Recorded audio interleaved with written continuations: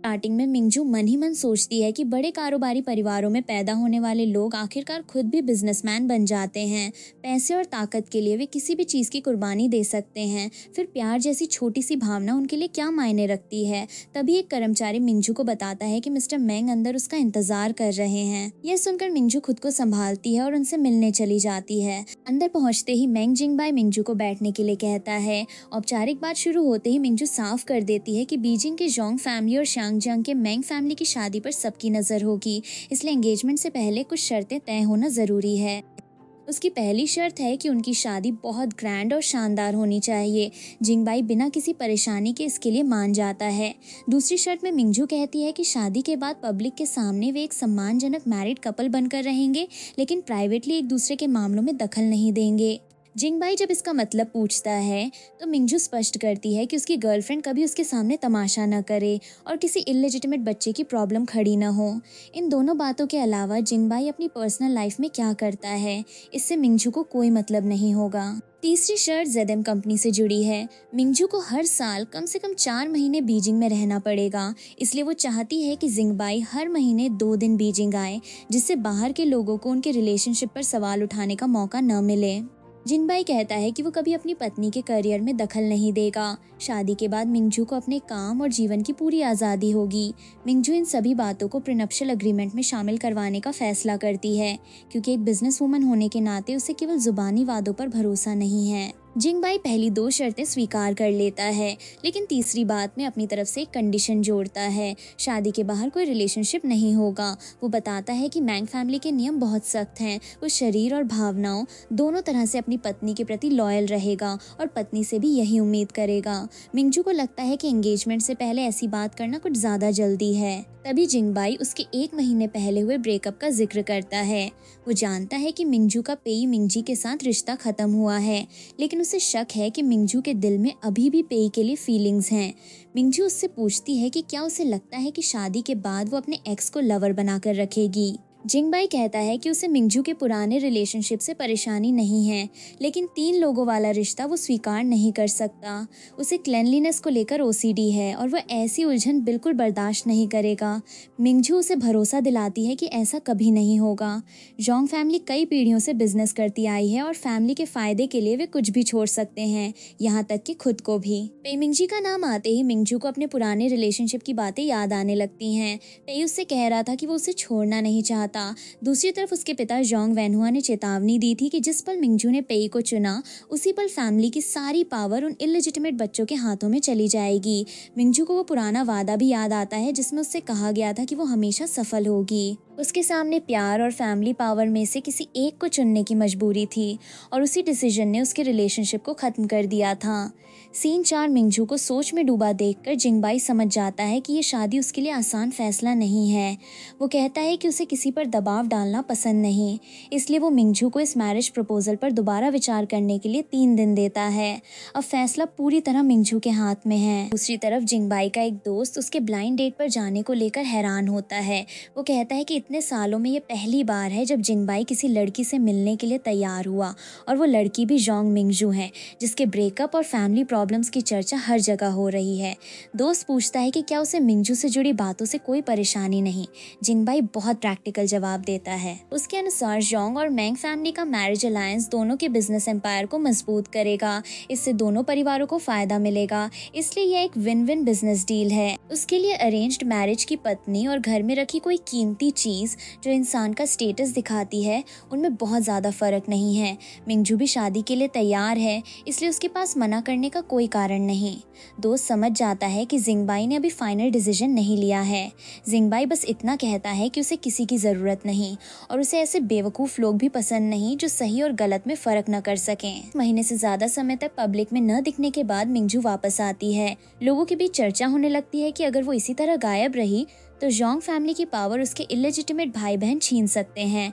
मिंजू के सामने उसकी छोटी बहन जोंग जियाक्सिंग, छोटा भाई जोंग शेंग और उनकी माँ शू मनाते हैं। जाक्सिंग बड़ी चिंता दिखाते हुए कहती है कि मिंगजू के साथ हाल में बहुत कुछ हुआ है, इसलिए उसे आराम करना चाहिए। वो और शेंग ग्रुप का काम संभाल सकते हैं। मिंगजू समझ जाती है कि ये चिंता सिर्फ दिखावा है। वो कहती है कि वो काम छोड़ तो सकती है, लेकिन उसे डर है कि ये दोनों उसे संभाल नहीं पाएंगे। शुमान बीच में आकर मिंगजू को एग्रेसिव बताती है। वो याद दिलाती है कि सर्कल में हर कोई जाक्सिंग और फ्यू फैमिली की होने वाली एंगेजमेंट के बारे में जानता है। फ्यू फैमिली की ताकत के सामने बीजिंग में कोई टिक नहीं सकता। उसका मानना है कि जियाक्सिंग की फ्यू फैमिली में जाते ही मिंगजू ज़्यादा समय तक हायर नहीं रहेगी। शुमान कहती है कि जो लड़की अपने स्कैंडल्स नहीं संभाल पा रही, वो कंपनी का काम कैसे संभालेगी, इसलिए मिंगजू को अपनी पोजीशन छोड़ देनी चाहिए। मिंगजू सीधे जियाक्सिंग से पूछती है कि क्या वो भी ऐसा ही सोचती है। जियाक्सिंग अब अपना असली चेहरा दिखाकर कहती है कि मिंगजू ने इतने साल जोंग फैमिली की हर चीज़ पर अकेले कब्जा रखा है, अब उसे अपने छोटे भाई बहनों के साथ शेयर करना चाहिए। मिंगजू उसे खुली चुनौती देती है, अगर उसमें योग्यता है तो वो कभी भी आकर चीज़ें ले सकती है। जियाक्सिंग कहती है कि फिर वो पीछे नहीं हटेगी। उसे पूरा भरोसा है कि आज की रात के बाद मिंगजू हमेशा उससे नीचे रहेगी। साथ जिंगबाई मिंगजू की खूबसूरती की तारीफ करता है। मिंगजू उसे एक खास टाई क्लिप देकर अपने कपड़ों पर लगाने के लिए कहती है। उसने मीडिया के सामने पहले ही कहा था कि ये टाई क्लिप केवल उसका फ्यूचर हस्बैंड पहनेगा, इसलिए जिंगबाई के इसे पहनते ही दर्जनों मीडिया आउटलेट्स उनके रिलेशनशिप का मतलब समझ जाएंगे। जिंगबाई उससे पूछता है कि क्या वो सच में जानती है कि इस कदम का क्या मतलब होगा। इसे पहनकर बाहर जाने के बाद उनकी शादी ऑफिशियली चर्चा में आ जाएगी और उसे टाला नहीं जा सकेगा। मिंगजू कहती है कि उसने अच्छी तरह सोच लिया है। वो 2 बार अपने डिसीजन की पुष्टि करती है। इसके बाद दोनों एक दूसरे को एलाई मानते हुए कोऑपरेशन की बात करते हैं। लोग कहते हैं कि मैंग जिंगबाई से शादी करने वाली लड़की इस जगह की सबसे ग्लैमरस महिला बन जाएगी। मिंगजू को भी यही शानदार पोजीशन चाहिए। उसके लिए ये शादी सिर्फ एक रिलेशनशिप नहीं, बल्कि अपनी ताकत वापस पाने का रास्ता है। एक खास बैंक्वेट में जोंग वेनहुआ मेहमानों के सामने एक खुशखबरी सुनाता है। वो अपनी दूसरी बेटी जियाक्सिंग और फ्यू फैमिली के बड़े बेटे फ्यू सिहांग की होने वाली एंगेजमेंट का ऐलान करता है। उसे भरोसा है कि आज की रात के बाद दोनों परिवारों के अलायंस की खबर पूरे शहर में फैल जाएगी। जियाक्सिंग भी सोचती है कि एंगेजमेंट के बाद हर कोई उसे सम्मान की नज़र से देखेगा। तभी लोगों का ध्यान मिंगजू के साथ आए आदमी पर जाता है। कुछ मेहमानों को उसका चेहरा जाना पहचाना लगता है। उसके कपड़े और पर्सनैलिटी देखकर साफ है कि वो कोई ऑर्डिनरी आदमी नहीं, लेकिन बीजिंग के अमीर परिवारों में किसी ने उसे पहले नहीं देखा।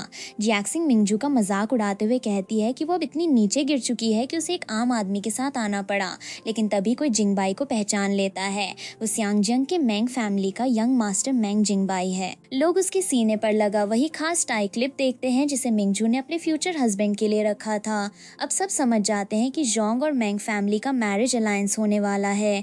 मैंग फैमिली की ताकत फ्यू फैमिली से कहीं ज्यादा है, इसलिए जियाक्सिंग की सारी खुशी अचानक फीकी पड़ जाती है।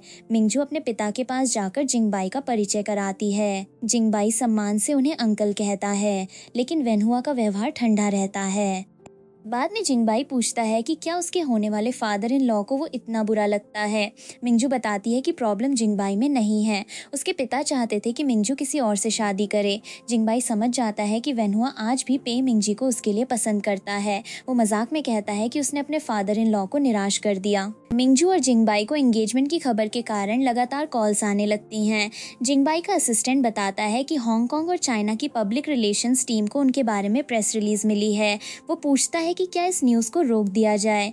मिंगजू जिंगबाई से रिक्वेस्ट करती है कि वो खबर को न रोकें। अगले दिन उसकी कंपनी एक नया प्रोडक्ट लॉन्च करने वाली है। अगर उसी समय उनकी शादी की खबर फैलती है तो कंपनी के एडवर्टाइजिंग एक्सपेंसेस बच जाएंगे। इस एक खबर से मिंगजू के 3 काम होंगे।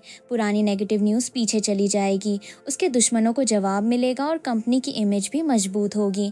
जिंगबाई समझ जाता है कि मिंगजू ने उसे और उनकी एंगेजमेंट को पूरी तरह बिजनेस प्रमोशन के लिए इस्तेमाल किया है। वो पूछता है कि उसे गुस्सा नहीं आता क्या। मिंगजू मुस्कुराकर कहती है कि उसे तो बहुत खुशी हो रही है। जोंग वेनहुआ मिंगजू को अकेले बुलाकर उसकी शादी के बारे में पूछता है। वो अब भी चाहता है कि मिंगजू पे मिंगजी से शादी करे। वो कहता है कि अगर मिंगजू पे को चाहती है तो उसका पिता उसके लिए सारी प्रॉब्लम सॉल्व कर सकता है।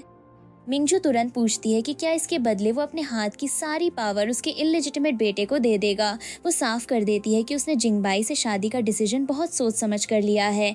मैंग फैमिली की ताकत का अंदाजा लगाना मुश्किल है और उनका बिजनेस पूरी दुनिया में फैला है। इतने पावरफुल परिवार को एनिमी बनाने से बेहतर है कि उन्हें एलाई बनाया जाए। इससे जोंग फैमिली को हर तरफ से फायदा मिलेगा। वेनुआ कहता है कि अगर मिंजू ने सोच लिया है तो वो डिसीजन स्वीकार करता है। वो पूछता है कि मैंग फैमिली से शादी की बाकी बातें कब होंगी। मिंजू बताती है कि जिंगबाई हांगकांग लौट चुका है और अब उसकी माँ आगे का प्रोसेस संभालेंगी। जाते जाते मिंजू एक और डिसीजन सुनाती है। जियाक्सिंग को युआनशिंग हेडक्वार्टर्स में शामिल करने का प्लान फिलहाल आगे नहीं बढ़ेगा। जियाक्सिंग गुस्से में पूछती है कि मिंजू को इतनी आसानी से मैंग जिंगबाई जैसा पावरफुल आदमी कैसे मिल गया। शूमैन भी मानती है कि मिंजू खूबसूरत होने के साथ बहुत क्लेवर और केपेबल है, इसलिए पावरफुल लोग उसकी तरफ खींचते हैं। जियाक्सिंग को अब चिंता है कि कहीं कंपनी में उसकी एंट्री रुक न जाए। शूमैन उसे भरोसा दिलाती है कि जब तक वो फ्यू सिहांग को अपने कंट्रोल में रखेगी तब तक कोई प्रॉब्लम नहीं होगी। वेनहुआ भी उनके साथ है, इसलिए मिंजू चाहकर भी जियाक्सिंग को आसानी से नुकसान नहीं पहुंचा सकती। जिंगबाई मिंजू को कॉल करके बताता है कि वो 3 दिन बाद बीजिंग आने वाला है। उसकी माँ ने उससे पूछा है कि मिंजू को शांगजंग की कौन सी खास चीज़ पसंद है ताकि वो अपने साथ ला सके। मिंजू मजाक में कहती है कि उसे थोड़ी नहीं बल्कि सारी चीज़ें चाहिए। जिंगबाई उसकी बात स्वीकार कर लेता है। उसके पास मौजूद एक दोस्त उसे केयरिंग हस्बैंड की तरह व्यवहार करने पर छेड़ता है। वो कहता है कि मिंजू के लिए गिफ्ट्स लाने वालों की कोई कमी नहीं होगी, लेकिन होने वाले पति को खुद ज़्यादा ध्यान देना चाहिए। जिंगबाई ने यह भी सुन रखा है कि मिंजू का पुराना प्रेमी बहुत जेंटल और केयरिंग था। वो कहता है कि उसकी ब्राइड को भी मेहनत करनी होगी, वरना उसे हमेशा उसके एक्स से कंपेयर किया जाएगा।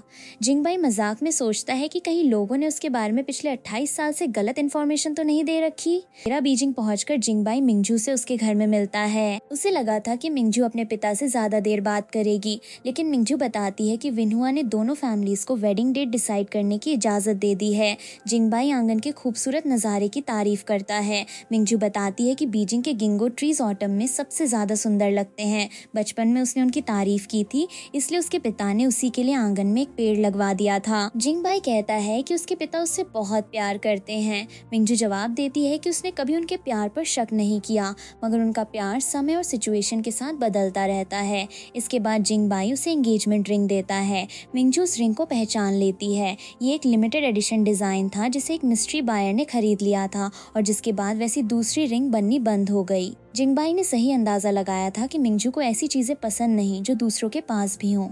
रिंग पहनाने के बाद जिंगबाई उसके करीब आता है। मिंजू असहज होकर पूछती है कि वो क्या कर रहा है। जिंगबाई कहता है कि मिंजू उसे रिजेक्ट करती हुई लग रही है।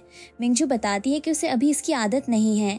जिंगबाई कहता है कि वो धीरे धीरे उसकी आदत बदल देगा। वो इस शादी को प्लेटोनिक मैरिज बनाने का इरादा नहीं रखता। वे आम पति पत्नी की तरह एक दूसरे को गले लगाएंगे, किस करेंगे और बाकी मैरिड कपल्स की तरह उनके बीच नज़दीकियां भी होंगी। मिंजू नर्वस हो जाती है, लेकिन मानने को तैयार नहीं होती। जिंगबाई कहता है कि वो नॉर्मल ज़रूरतों वाला आदमी है और केवल नाम की पत्नी नहीं चाहता। मिंजू भी तुरंत पलटकर उसकी मेडिकल एग्जामिनेशन रिपोर्ट मांगती है। हांगकांग मीडिया में जिंगबाई की वुमनाइजर इमेज है, इसलिए वो कोई रिस्क नहीं लेना चाहती। जिंगबाई पूछता है कि क्या मिंजू उसे गंदा समझती है। वो सफाई देता है कि मीडिया की ज़्यादातर बातें सिर्फ अफवाह हैं और उसके कोई उलझे हुए रोमांटिक रिलेशनशिप्स नहीं हैं। मिंजू फिर से कहती है कि उसे फ़र्क नहीं पड़ता क्योंकि ये केवल बिजनेस मैरिज है। इतना कहकर वो जिंगबाई को अकेला छोड़कर चली जाती है। और कुछ देर बाद मिंजू के सामने जिंगबाई की मेडिकल एग्जामिनेशन रिपोर्ट पहुँच जाती है। उसमें उसकी उम्र 28 साल, हाइट 189 सेंटीमीटर और वेट 80 किलोग्राम्स लिखा है। मिंजू समझ जाती है कि उसने जो रिपोर्ट मांगी थी जिंगबाई ने सच में भिजवा दी। उसकी हर बात को इतनी सीरियसली लेने पर मिंजू उसे मन ही मन पागल कहती है। सुमन मिंजू से मिलने आती है। मिंजू पहले उसे मिस शू कहती है, फिर ताना मारते हुए पूछती है कि क्या उसे सेकंड मैडम कहना ज्यादा ठीक होगा। शुमन कहती है कि मिंजू हमेशा बिजी रहती है और बड़ी मुश्किल से उससे मिलने का मौका मिला है। वो चाहती है कि भविष्य में उनके बीच रिलेशनशिप ठीक रहे। मिंजू जवाब देती है कि उन्हें बार बार मिलने की जरूरत नहीं पड़ेगी क्योंकि शुमन ने सालों पहले जो किया था वो सम्मानजनक नहीं था। मिंजू को 8 साल पहले की बातें याद आती हैं। उस समय शुमन वेनहुआ के सामने रोते हुए कह रही थी कि उसने दोनों बच्चों को बड़ी मुश्किल से पाला है। वो मानती थी कि उससे गलती हुई, लेकिन बच्चे जोंग फैमिली का ही खून है, इसलिए वेनहुआ उन्हें नहीं छोड़ सकता। वेनहुआ ने शुमान को भरोसा दिलाया था कि वो उसके बच्चों के साथ नाइंसाफी नहीं करेगा। उसी दौरान मीडिया ने मिंजू से पूछा था कि क्या वो अपने बर्थडे बैंक्वेट पर अचानक आए छोटे भाई बहन को स्वीकार करेगी। फैमिली की इज्जत बचाने के लिए मिंजू ने सबके सामने कहा था कि वो उन्हें खुशी से स्वीकार करेगी। उसने यहाँ तक कह दिया था कि अब उसे साथ देने के लिए भाई बहन मिल गए हैं और ज़रूरत पड़ी तो वो और भाई बहनों का भी स्वागत करेगी। वर्तमान में मिंजू शुमान को याद दिलाती है कि 8 साल पहले उसने और उसकी माँ ने शुमान तथा उसके बच्चों को एक सम्मानजनक पहचान दे दी थी, मगर अब शुमन उसी दया का फायदा उठाकर ज्यादा पावर मांग रही है। मिंजू उसे फैमिली की इज्जत के लिए कम मिलने की सलाह देती है। शुमन जवाब देती है कि जोंग फैमिली में आज भी वेनहुआ का फैसला चलता है, उसकी और मिंजू की राय से कोई फर्क नहीं पड़ता। वो ये भी कहती है कि कुछ दिनों बाद दोनों को फिर एक जगह मिलना पड़ सकता है। शुमन के जाने के बाद मिंजू समझ जाती है कि उसने कोई नया प्लान तैयार किया है और बस सही मौके पर उसका इंतजार कर रही है। भाई के पास उसके दोस्त का कॉल आता है। दोस्त पूछता है कि उसने भेजा हुआ मैसेज देखा या नहीं। जिंगबाई कहता है कि वो बहुत बिजी है और उसने मैसेज नहीं देखा। दोस्त बताता है कि उसकी होने वाली पत्नी को उसी के होम ग्राउंड पर परेशान किया जा रहा है। वेनहुआ अपनी सेकेंड वाइफ को मिंजू के इवेंट में लेकर आया है। जोंग फैमिली की पुरानी प्रॉब्लम सब जानते हैं, इसलिए जिंगबाई को अपनी फियांसे का सपोर्ट करने आना चाहिए। जिंगबाई पहले कहता है कि वो सच में बिजी है, लेकिन जब दोस्त दोबारा कहता है कि जोंग मिंजू को बुली किया जा रहा है तो उसका एटीट्यूड तुरंत बदल जाता है। उसके अनुसार मिंजू को बुली करने वाला इंसान बेवकूफ़ ही हो सकता है। इसी दौरान मिंजू को पेई मिंजी के साथ अपने ब्रेकअप की आखिरी बातचीत याद आती है। पेई ने उससे माफी मांगते हुए कहा था कि वो नहीं जानता था कि लोग उसके डिसीजन की आलोचना करेंगे। पेई ने मिंजू की जगह अपने फ्यूचर और करियर को चुना था। उसका कहना था कि मिंजू उससे कहीं ज्यादा वैल्यूएबल चीजों की हकदार है, वो खुद केवल उनके हाउसकीपर का बेटा था। मिंजू ने उसे बताया था कि पेई की सारी वैल्यू उसकी पसंद और उसके प्यार से आई थी। पेई भी मानता था कि मिंजू के प्यार के बिना वो कुछ नहीं है, फिर भी वो करियर बनाने के लिए विदेश जाना चाहता था। पेई ने उनके रिलेशनशिप के ख़त्म होने को प्रैक्टिकल डिसीजन की तरह समझाने की कोशिश की। मिंजू ने उसे रोक कर कहा था कि अगर उसने कभी सच में उससे प्यार नहीं किया तो अब प्यार का नाम लेकर बात न करे। तभी एक जवान लड़का मिंजू के सामने आता है। उसका चेहरा और कपड़े पेई से बहुत मिलते जुलते हैं। पहली नज़र में मिंजू उसे पेई समझ लेती है, लेकिन फिर खुद कहती है कि वो पेई नहीं है। लड़का पूछता है कि मिंजू किसके बारे में सोच रही थी। वो जानता है कि उसका चेहरा किसी और से मिलता है। वो ये भी साफ कर देता है कि उसे किसी ने मिंजू के पास भेजा है। उसके अनुसार ये बात मायने नहीं रखती कि उसे किसने भेजा, क्योंकि अगर मिंजू चाहे तो वो पूरी रात उसका हो सकता है। मिंजू उसकी हिम्मत की तारीफ करती है। लड़का कहता है कि मिंजू को खुश करने के लिए वो कुछ भी कर सकता है, मगर मिंजू उसे बता देती है कि उसका पेई जैसा दिखना काफ़ी नहीं, क्योंकि वो पेई नहीं है। लड़का मिंजू से उसे वहीं रहने देने की विनती करता है। उसी समय जिंगबाई वहां पहुंच जाता है। हालात देखकर वो कहता है कि शायद वो गलत समय पर आ गया। जिंगबाई उस लड़के को बताता है कि मिंजू उसकी पत्नी है। फिर मिंजू भी लड़के को वहां से जाने का आदेश दे देती है। लड़के के जाने के बाद मिंजू जिंगबाई से पूछती है कि वो इतनी जल्दी कैसे आ गया, जबकि उसने खुद को बिजी बताया था। जिंगबाई नाराज होकर पूछता है कि क्या मिंजू को बुरा लगा कि उसने उसके अच्छे समय में दखल दे दिया। मिंजू कहती है कि उसे लगा था जिंगबाई ऐसी बातों को समझेगा। जिंगबाई कहता है कि आजकल बहुत से लोग शॉर्टकट ढूंढते हैं। कोई एम्बिशन के कारण खुद को बेचता है तो कोई गिफ्ट की तरह पैक होकर किसी के पास पहुंच जाता है। वो जानना चाहता है कि ये गिफ्ट मिंजू के पास किसने भेजा। मिंजू कहती है कि ऐसा करने वाले उसके दुश्मनों के अलावा कोई नहीं हो सकते। जिंगबाई लड़के और पेई की समानता पकड़ लेता है। वो मिंजू से पूछता है कि अगर वो नहीं आता तो क्या उस हमशक्ल को देखकर सब कुछ नेचुरली आगे बढ़ जाता। मिंजू साफ मना करती है। जिंगबाई कहता है कि कई बार सब्स्टिट्यूट भी दिल को तसल्ली दे सकता है। मिंजू दोबारा कहती है कि पेई के साथ उसका रिश्ता खत्म हो चुका है। जिंगबाई जवाब देता है कि उसकी जुबान ऐसा कह रही है, लेकिन उसकी आंखें किसी और सच्चाई की तरफ इशारा कर रही हैं। मिंजू आखिर मानती है कि उसे समय चाहिए। इतने सालों का रिलेशनशिप किसी पेड़ पौधे की तरह एक पल में काटकर फेंका नहीं जा सकता। फिर भी वो जिंगबाई को प्रॉमिस करती है कि पेई के साथ अब उसका कोई कांटेक्ट नहीं होगा। वो अपनी बात से कभी पीछे नहीं हटती। जिंगबाई उसे समय देने के लिए तैयार हो जाता है, लेकिन बदले में वो उसके प्रॉमिस का प्रूफ मांगता है। मिंजू पूछती है कि उसे कैसा प्रूफ चाहिए। जिंगबाई उसके पास आकर कहता है कि वे शादी करेंगे। ये दिन कभी न कभी आना ही था। जिंगबाई की नज़दीकी के बाद मिंजू उससे पूछती है कि अब उसे उसकी बात पर भरोसा हुआ या नहीं। जिंगबाई कहता है कि ये उसके आगे के व्यवहार पर निर्भर करेगा। मिंजू जिंगबाई से फिर पूछती है कि वो अपनी सारी व्यस्तता छोड़कर यहाँ क्यों आया। जिंगबाई मानता है कि उसके पास सच में समय कम था, लेकिन बाद में उसने देखा कि मिंजू का ब्रेसलेट उसके पास रह गया है। मिंजू पूछती है कि क्या चाइना हार्बर ग्रुप का हेड खुद इतनी दूर केवल एक ब्रेसलेट लौटाने आया है। अगर ये बात बाहर निकली तो लोगों को उसका व्यवहार अनयूजुअल। जिंगबाई बिना झिझक जवाब देती लगता है कि उसने अपनी पत्नी के लिए ये सफ़र किया है। किसी में हिम्मत नहीं कि इस पर सवाल उठाए। जिंगबाई मिंजू से कहता है कि वो इवेंट में उसके साथ चलेगा। चूँकि उसके होने वाले फादर इन लॉ ने मिंजू के ओपोनेंट को आगे बढ़ाने का फैसला किया है, इसलिए जिंगबाई भी कुछ ऐसा करना चाहता है जो विनहुआ को पसंद ना आए। दोनों विनहुआ के सामने पहुंचते हैं। जिंगबाई सम्मान से उसे अंकल कहता है और शूमैन को देखकर ऐसा व्यवहार करता है जैसे उसने उसके बारे में केवल पुरानी अफवाहें सुनी हो। विनहुआ पूछता है कि जिंगबाई तो आज बहुत बिजी था, फिर यहाँ कैसे आ गया। जिंगबाई कहता है कि वो सच में एक ज़रूरी काम में फंसा था, लेकिन मिंजू को यहाँ अकेला छोड़ना उसे ठीक नहीं लगा। उसे डर था कि कोई इनकॉन्सिडरेट इंसान मिंजू को परेशान करके उसका मूड खराब कर सकता है। ये बात वो जानबूझकर शूमैन के सामने कहता है और फिर वेनहुआ से उसकी सहमति मांगता है। वेनहुआ मजबूरी में कहता है कि जिंगबाई के यहाँ होने से उसे भी तसल्ली है। तभी इवेंट स्टाफ दोनों को बताते हैं कि इंटरव्यू की सारी तैयारी हो चुकी है।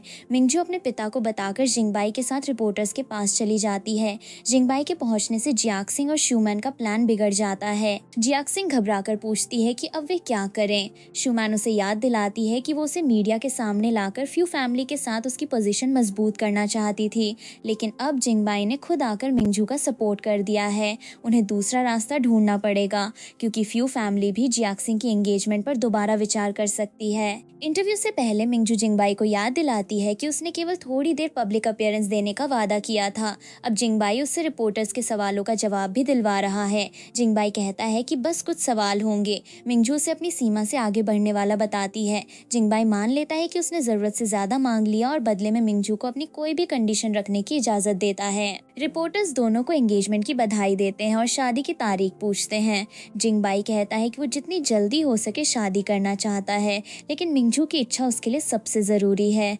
दोनों बताते हैं कि वेडिंग 4 महीने बाद होगी।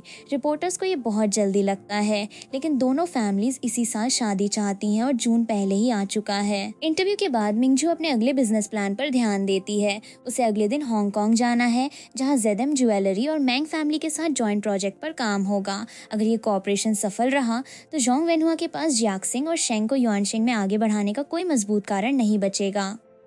मिंजू से पूछा जाता है कि अगर वेनहुआ फिर भी जिद करके कंपनी का हिस्सा उन दोनों इलेजिटिमेट बच्चों को दे दे तो वो क्या करेगी। मिंजू का जवाब साफ है, उसके पिता उन्हें एक हिस्सा देंगे तो वो बदले में 10 हिस्से वापस लेगी। मिंजू अपने प्राइवेट प्लेन से हांगकांग निकलने वाली होती है, लेकिन खराब मौसम के कारण फ्लाइट रुक जाती है। स्टाफ माफी मांगते हुए बताते हैं कि मौसम की वजह से अभी उड़ान भरना संभव नहीं है। मिंजू बिना बहस किए उन्हें आदेश देती है कि हालात ठीक होते ही प्लेन को जल्द से जल्द रवाना किया जाए। हांगकांग पहुंचने पर मिंजू के सामने अचानक जिंगबाई आ जाता है। वो पूछती है कि जिंगबाई यहाँ क्या कर रहा है। जिंगबाई मुस्कुराकर कहता है कि हांगकांग उसका इलाका है। इसके अलावा मिंजू का प्राइवेट जेट इतना कंस्पिक्यूअस है कि उसके आने की खबर छिप ही नहीं सकती। जिंगबाई बताता है कि पिछले 2 दिनों से टाइफून चल रहा है, कई फ्लाइट्स कैंसिल या डिले हो चुकी हैं और मिंजू यहाँ पहुंच सकती है। मिंजू कहती है कि उसे ये बात पहले बता देनी चाहिए थी। जिंगबाई उसे अपने घर चलने के लिए कहता है। मिंजू को एक अनमैरिड आदमी के प्राइवेट रेजिडेंस में रुकना ठीक नहीं लगता। जिंगबाई याद दिलाता है कि दोनों एंगेज्ड हैं, इसलिए इसमें कुछ भी इनकन्वीनियंट नहीं है। जिंगबाई के घर पहुंचकर मिंजू की नज़र महिलाओं की स्लीपर्स पर पड़ती है। वो हैरान होती है कि एक सिंगल आदमी के प्राइवेट रेजिडेंस में ये स्लीपर्स क्यों रखी हैं। मिंजू पहले ही साफ कर देती है कि वो किसी दूसरी औरत द्वारा इस्तेमाल की हुई चीज़ नहीं पहनती। जिंगबाई उसकी बात सुनकर पूछता है कि क्या वो उसे इतना पागल समझती है कि अपनी फियांसे को उसी घर में लाए जहां उसने कोई मिस्ट्रेस रखी हो। वो दोबारा कहता है कि ऑनलाइन मीडिया में उसके बारे में फैली अधिकतर बातें सिर्फ अफवाह हैं। उसके जीवन में कोई दूसरी औरत नहीं है। वो बहुत सिलेक्टिव है और हर कोई उसके करीब नहीं आ सकता। मिंजू को उसकी सफाई से कोई खास फर्क नहीं पड़ता। वो बस कहती है कि उसे क्लीनलीनेस पसंद है और आदमी को जितना हो सके साफ रहना चाहिए। जिंगबाई मजाक में पूछता है कि क्या मिंजू खुद उसकी जांच करना चाहेगी। उसकी बात सुनकर मिंजू डिस्कशन बंद कर देती है। वो कहती है कि बहुत देर हो चुकी है और वो पहले शावर लेने जा रही है। जिंगबाई उसे अपने घर में आराम से रहने की इजाजत देता है, जबकि मिंजू उसके अजीब जवाब से परेशान हो जाती है। उधर पेई मिंगजी से एक इंटरव्यू में उसके पुराने रिलेशनशिप के बारे में सवाल किया जाता है। रिपोर्टर पूछता है कि ब्रेकअप के सिर्फ 2 महीने बाद मिंजू ने एंगेजमेंट अनाउंस कर दी, तो पेई इस बारे में क्या सोचता है। पेई इस सवाल को जरूरत से ज्यादा पर्सनल बताता है। फिर भी वो मिंगजू को उसके हर डिसीजन के लिए शुभकामनाएं देता है। वो चाहता है कि मिंगजू का हर काम स्मूथली पूरा हो। पेई को देखकर मिंगजू के मन में फिर पुरानी यादें उठती हैं। वो खुद से स्वीकार करती है कि उसने पेई को पूरी तरह नहीं भुलाया है। इतने सालों की चाइल्डहुड रिलेशनशिप के कारण वो अभी भी उसके लिए बाकी लोगों से अलग है। भाई मिंगजू को पेई की तरफ देखते हुए पकड़ लेता है। वो उससे कहता है कि पेई को देखना बंद करे और उसकी तरफ देखे। वो मिंगजू को याद दिलाता है कि उसने उसे समय देने का वादा किया था, लेकिन इसका मतलब ये नहीं कि वो हमेशा उसकी हर बात सहता रहेगा। इसके बाद वो मिंगजू की इस हरकत को पनिश करने के लिए उसके करीब आता है। कुछ देर बाद जिंगबाई सीधे पूछता है कि क्या वो आज भी पेई को याद करती है। मिंगजू मना कर देती है, लेकिन जिंगबाई कहता है कि उसकी आंखें झूठ बोल रही हैं। नाराज मिंगजू कहती है कि वो अगले दिन होटल में शिफ्ट हो जाएगी। जिंगबाई उसे रोकते हुए कहता है कि अगर वो हांगकांग आकर भी होटल में रुकेगी तो मीडिया उनके रिलेशनशिप में प्रॉब्लम की खबर बना देगा। मिंगजू कहती है कि मीडिया उसके बारे में कुछ लिखने की हिम्मत नहीं करेगी, क्योंकि जिंगबाई की अपनी स्कैंडलस न्यूज पहले से हर जगह फैली हुई है। फिर भी वो आखिरकार वहीं रुकने के लिए मान जाती है। वो सफाई देती है कि ये फैसला जिंगबाई के लिए नहीं है। वो बस नहीं चाहती कि उनके बीच दरार की न्यूज दोनों कंपनीज के कॉपरेशन को प्रभावित करे। जिंगबाई कहता है कि अच्छा है, कम से कम उसे ये बात समझ में आ गई। दोनों के अलग होने के बाद जिंगबाई सोचता है कि उसे मिंगजू को इतनी आसानी से जाने नहीं देना चाहिए था। दूसरी तरफ मिंगजू भी अपने बिहेवियर को लेकर उलझ जाती है। उसे समझ नहीं आता कि पेई को देखने और जिंगबाई के नाराज होने के बाद वो खुद को गिल्टी क्यों महसूस कर रही है। कुछ समय बाद जिंगबाई मिंगजू के पास आकर उसे उसका पुराना वादा याद दिलाता है। मिंगजू ने एक बार कहा था कि अगर जिंगबाई उसकी मदद करेगा तो वो उसकी कोई भी कंडीशन स्वीकार करेगी। अब जिंगबाई उस कंडीशन को इस्तेमाल करना चाहता है। वो मिंगजू को एक ड्रेस देकर कहता है कि अगले दिन इसे पहनकर उसके साथ डिनर पार्टी में चले। मिंगजू पूछती है कि क्या ये कमर्शियल इवेंट है। जिंगबाई बताता है कि वहाँ मीडिया नहीं होगी। ये हुआचिन टेक्नोलॉजी के जनरल मैनेजर मिस्टर लिन का 70वां बर्थडे डिनर है। मिंगजू ने मिस्टर लिन के बारे में सुन रखा है। कभी मीडिया उन्हें सियांगजंग के ट्विन किंग्स में से एक कहती थी, लेकिन बेटे के बिजनेस संभालने के बाद उनका नाम कम सुनाई देने लगा। जिंगबाई इसे उम्र का असर बताता है और खुद की तारीफ करते हुए कहता है कि उसकी उम्र में उसके जितने टैलेंटेड लोग बहुत कम हैं। फिर वो मिंगजू को जल्दी सोने के लिए कहता है और वादा करता है कि अगले दिन उसे लेने आएगा। जिंगबाई के जाने के बाद मिंगजू खुद से पूछती है कि आखिर वो किस बात की उम्मीद लगा रही थी। अगले दिन दोनों मिस्टर लिन के बर्थडे डिनर पर पहुंचते हैं। मिस्टर लिन जिंगबाई को देखकर खुश होते हैं। वो कहते हैं कि समय बहुत जल्दी निकल गया। इतने साल अकेले रहने के बाद जिंगबाई अचानक इतनी जल्दी सेटल हो जाएगा, उन्होंने नहीं सोचा था। जिंगबाई जवाब देता है कि सही इंसान मिल जाए तो सेटल होने में देर नहीं लगती। मिस्टर लिन दोनों को साथ देखकर राहत महसूस करते हैं और उन्हें डिनर एंजॉय करने के लिए कहते हैं। उनसे दूर आते ही मिंगजू जिंगबाई को अच्छा एक्टर बताती है। जिंगबाई भी कहता है कि एक्टिंग में मिंगजू उससे कम नहीं है। मिंगजू कहती है कि अब उसे एक ज़रूरी काम देखना है, लेकिन जिंगबाई उसे वहां जाने की इजाज़त केवल इस कंडीशन पर देता है कि वो उसकी नज़रों के सामने रहे। मिंगजू अपने असिस्टेंट से रात के प्लान्स पूछती है। असिस्टेंट बताता है कि जोंग वेनहुआ ने कई शेयर होल्डर्स को डिनर पर बुलाया है और जोंग शेंग को भी अपने साथ रखा है। मिंगजू पहले समझती थी कि वेनहुआ उसे कमज़ोर देखकर जियाक्सिंग और शेंग को आगे बढ़ा रहा है, मगर अब उसे समझ नहीं आता कि उसके पिता इतनी जल्दी क्यों कर रहे हैं। उसे लगता है कि इसके पीछे कोई और वजह है जिसका पता लगाना जरूरी है। मिंगजू अकेली खड़ी होती है। तभी जांग हेंग नाम का एक बिगड़ा हुआ अमीर लड़का अपने साथियों के साथ उसके पास आता है। उसके दोस्त उसे सावधान करते हैं कि यह महिला लोकल नहीं लगती, लेकिन जांग हेंग को अपनी पावर पर बहुत घमंड है। वो कहता है कि उसने जब भी किसी औरत को चाहा वो उसके सामने खुद आ गई। फिर वो मिंगजू को अपने साथ चलने के लिए कहता है और वादा करता है कि उसके साथ रहने पर मिंगजू को जिंदगी भर पैसे की चिंता नहीं होगी। मिंगजू उसकी बात मानने का दिखावा करते हुए कहती है कि वो अपने फियांसे को भी साथ लाएगी। जांग हेंग उसके फियांसे का मजाक उड़ाता है और पूछता है कि उसकी पसंद की औरत छीनने की हिम्मत किसमें है। मिंगजू से चेतावनी देती है कि उसका फियांसे गुस्से में बहुत खतरनाक हो जाता है। जांग हेंग खुद को पूरे हांगकांग का सबसे पावरफुल आदमी समझता है। वो कहता है कि उसके ग्रैंडफादर कमांडर जांग हैं और उनकी बात के सामने कोई आवाज नहीं उठाता। तभी जिंगबाई वहां पहुंच जाता है। जांग हेंग उसे पहचान कर भी पीछे नहीं हटता। वो पूछता है कि मिंजू का जिंगबाई से क्या संबंध है और उसे बीच में न पड़ने की सलाह देता है। जिंगबाई कहता है कि जांग हेंग की वजह से उसकी फियांसे उसे छोड़कर जाने वाली थी, इसलिए ये मामला उससे जुड़ा हुआ है।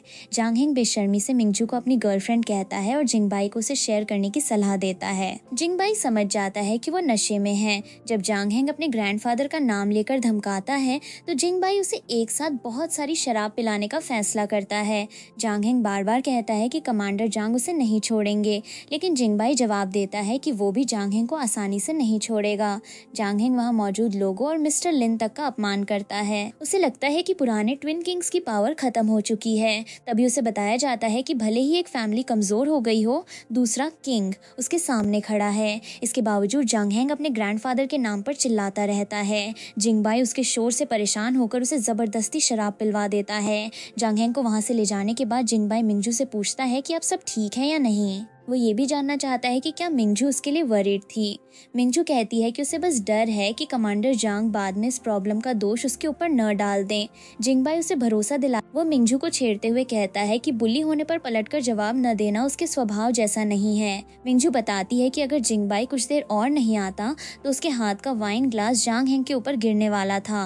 फिर भी मिंजू मानती है कि हांगकांग में उसकी अपनी कोई फाउंडेशन नहीं है, इसलिए उसे सोच समझकर कदम उठाना पड़ता है। जिंगबाई तुरंत कहता है कि वो अकेली और बिना फाउंडेशन के कैसे हो सकती है, जब उसके पीछे खुद जिंगबाई खड़ा है। मिंजू उसकी फ्यूचर वाइफ है, इसलिए वो चाहे जो करे जिंगबाई उसे प्रोटेक्ट करेगा। मिंजू पूछती है कि अकेले में इतनी पोलाइट बातें कहने का क्या फायदा है। उनके बीच आखिर ऐसा कौन सा रिलेशनशिप है जिसमें जिंगबाई उसे लेकर इतना श्योर है। जिंगबाई गंभीर होकर कहता है कि अगर वो सच में मिंजू के पीछे खड़ा होना चाहता हो तो।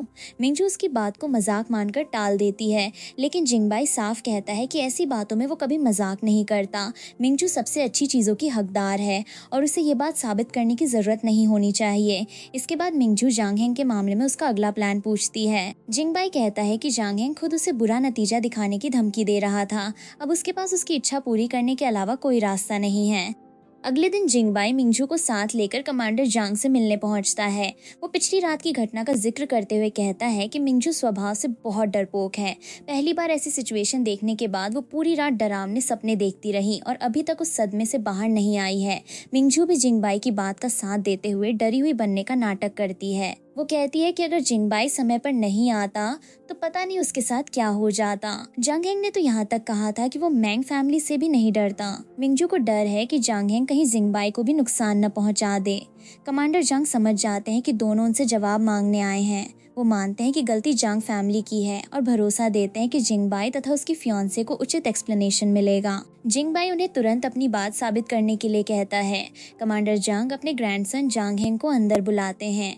जांग हेंग आते ही अपने ग्रैंडफादर से जिंगबाई को सबक सिखाने के लिए कहता है। उसका दावा है कि पिछली रात जिंगबाई ने उसे बहुत परेशान किया, लेकिन कमांडर जांग उल्टा उसे घुटनों के बल बैठने का आदेश देते हैं। जांग हेंग मना करते हुए कहता है कि अगर वो इन दोनों के सामने घुटने टेक देगा तो उसकी इज्जत खत्म हो जाएगी। कमांडर जांग नौकरों को बुलाने लगते हैं तो डर कर जांग हेंग खुद ही घुटनों पर बैठ जाता है।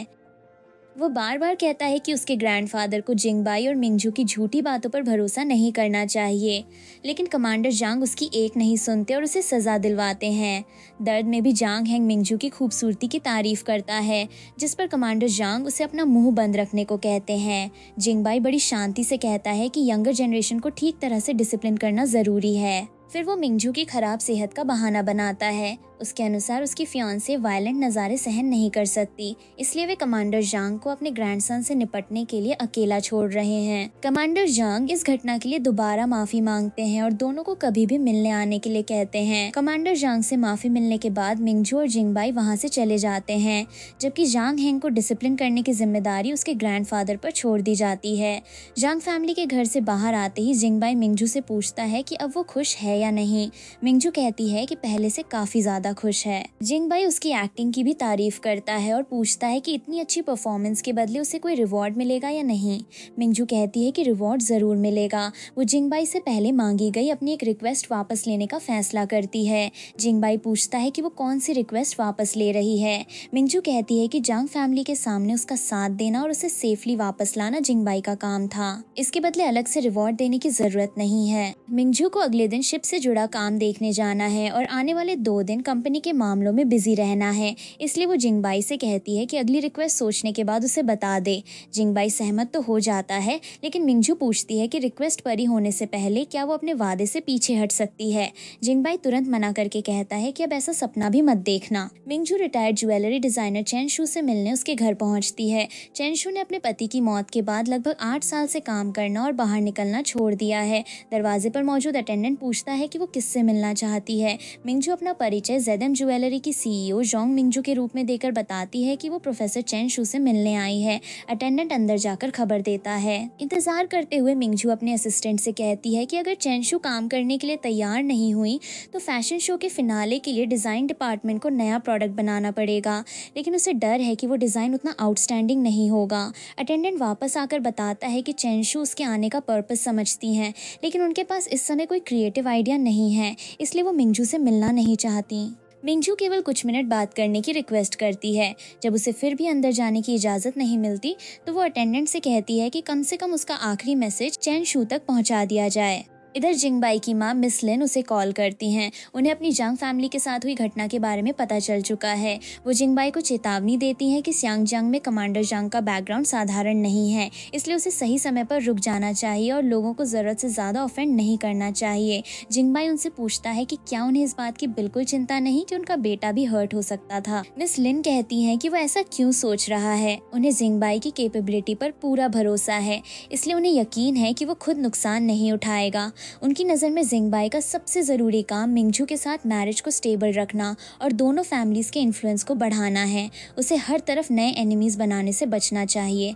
जिंगबाई कहता है कि उसे सब समझ में आ गया। वो ये भी स्पष्ट करता है कि उसने जांग फैमिली के खिलाफ कोई बड़ा एक्शन नहीं लिया। ये सुनकर उसकी माँ संतुष्ट हो जाती हैं और पूछती है कि वो वापस कब आएगा। जिंगबाई अगले दिन जितना जल्दी हो सके लौटने का वादा करता है। कुछ देर बाद मिंगजू जिंगबाई के बेडरूम में बने बाथरूम का इस्तेमाल करने पहुंचती है। उसी समय जिंगबाई उसे वहां देखकर पूछता है कि वो क्या कर रही है। मिंगजू बताती है कि उसके कमरे का शावर खराब हो गया था, इसलिए उसे जिंगबाई का बाथरूम इस्तेमाल करना पड़ा। वो बिना परमिशन उसके कमरे में आने के लिए माफ़ी मांगती है। उसने अंदर आने से पहले जिंगबाई को मैसेज भी किया था, लेकिन उसने रिप्लाई नहीं दिया। जिंगबाई कहता है कि उसे माफ़ी मांगने की कोई ज़रूरत नहीं। इस घर में ऐसी कोई जगह नहीं है जहाँ मिंगजू नहीं जा सकती। बाहर आकर जिंगबाई उसके पैरों की तरफ देखकर पूछता है कि उसने शूज क्यों नहीं पहने। मिंगजू को अब समझ आता है कि घर में रखी विमेन स्लीपर्स शायद उसी के लिए तैयार की गई थी। जिंगबाई मिंगजू से पूछता है कि चेनशू ने कोऑपरेशन के लिए हाँ की या नहीं। मिंगजू बताती है कि जवाब उसकी उम्मीद के अनुसार नहीं मिला।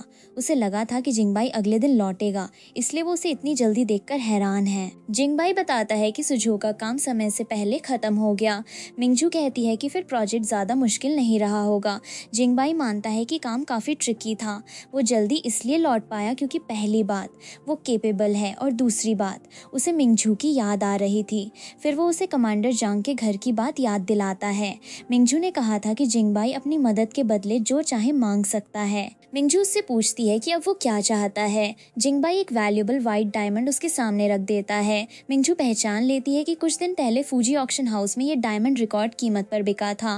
वो समझ जाती है कि उस ऑक्शन का मिस्ट्री बायर जिंगबाई ही था। जिंगबाई बताता है कि उसने पहले इसे अपने कलेक्शन के लिए खरीदा था। इस डायमंड की कहानी उसकी असली कीमत से भी ज्यादा खास है। इसे एक रॉयल प्रिंस ने अपनी गोल्डन वेडिंग एनिवर्सरी के लिए तैयार करवाया था, इसलिए इसे इटर्नल लव कहा जाता है। मिंगजू को हैरानी होती है कि जिंगबाई ऐसी रोमांटिक कहानी में इंटरेस्ट रखता है। तभी जिंगबाई कहता है कि वो चाहता है मिंगजू इसी डायमंड से उनकी वेडिंग रिंग्स डिजाइन करे। मिंगजू उससे पसंदीदा स्टाइल पूछती है। जिंगबाई पूरा डिसीजन उसी पर छोड़ देता है क्योंकि उसे मिंगजू की जजमेंट पर भरोसा है। मिंगजू रिंग डिज़ाइन करने के लिए मान जाती है। इसके बाद जिंगबाई उसे याद दिलाता है कि एक और बात है जिसमें वो कभी मजाक नहीं करता। वो मिंगजू को उसके नाम से बुलाकर कहता है कि उसने सच में उसे बहुत मिस किया। मिंगजू अपनी माँ येलान के साथ खाना खाती है। येलान उसे कोई ऐसी चीज़ चखने के लिए देती है जो उन्होंने काफ़ी समय बाद बनाई है। मिंगजू उसका स्वाद लेकर कहती है कि वो बहुत अच्छा है। येलान उससे जिंगबाई के साथ रिलेशनशिप के बारे में पूछती हैं। मिंगजू कहती है कि सब ठीक चल रहा है। फिर येलान उसे याद दिलाती है कि ग्रुप के अंदर हालात बदल रहे हैं। ऐसे समय में उसे बीजिंग से इतने दिनों तक दूर नहीं रहना चाहिए था। मिंगजू मानती है कि उससे सिचुएशन को समझने में गलती हुई। येलान कहती हैं कि वो हांगकांग में जिंगबाई के पास गई थी, इसलिए इस बार वो इस बात को नज़रअंदाज कर रही हैं। वो मिंगजू को जिंगबाई के साथ रिलेशनशिप ठीक रखने और पेई मिंगजी के बारे में सोचना बंद करने के लिए कहती हैं।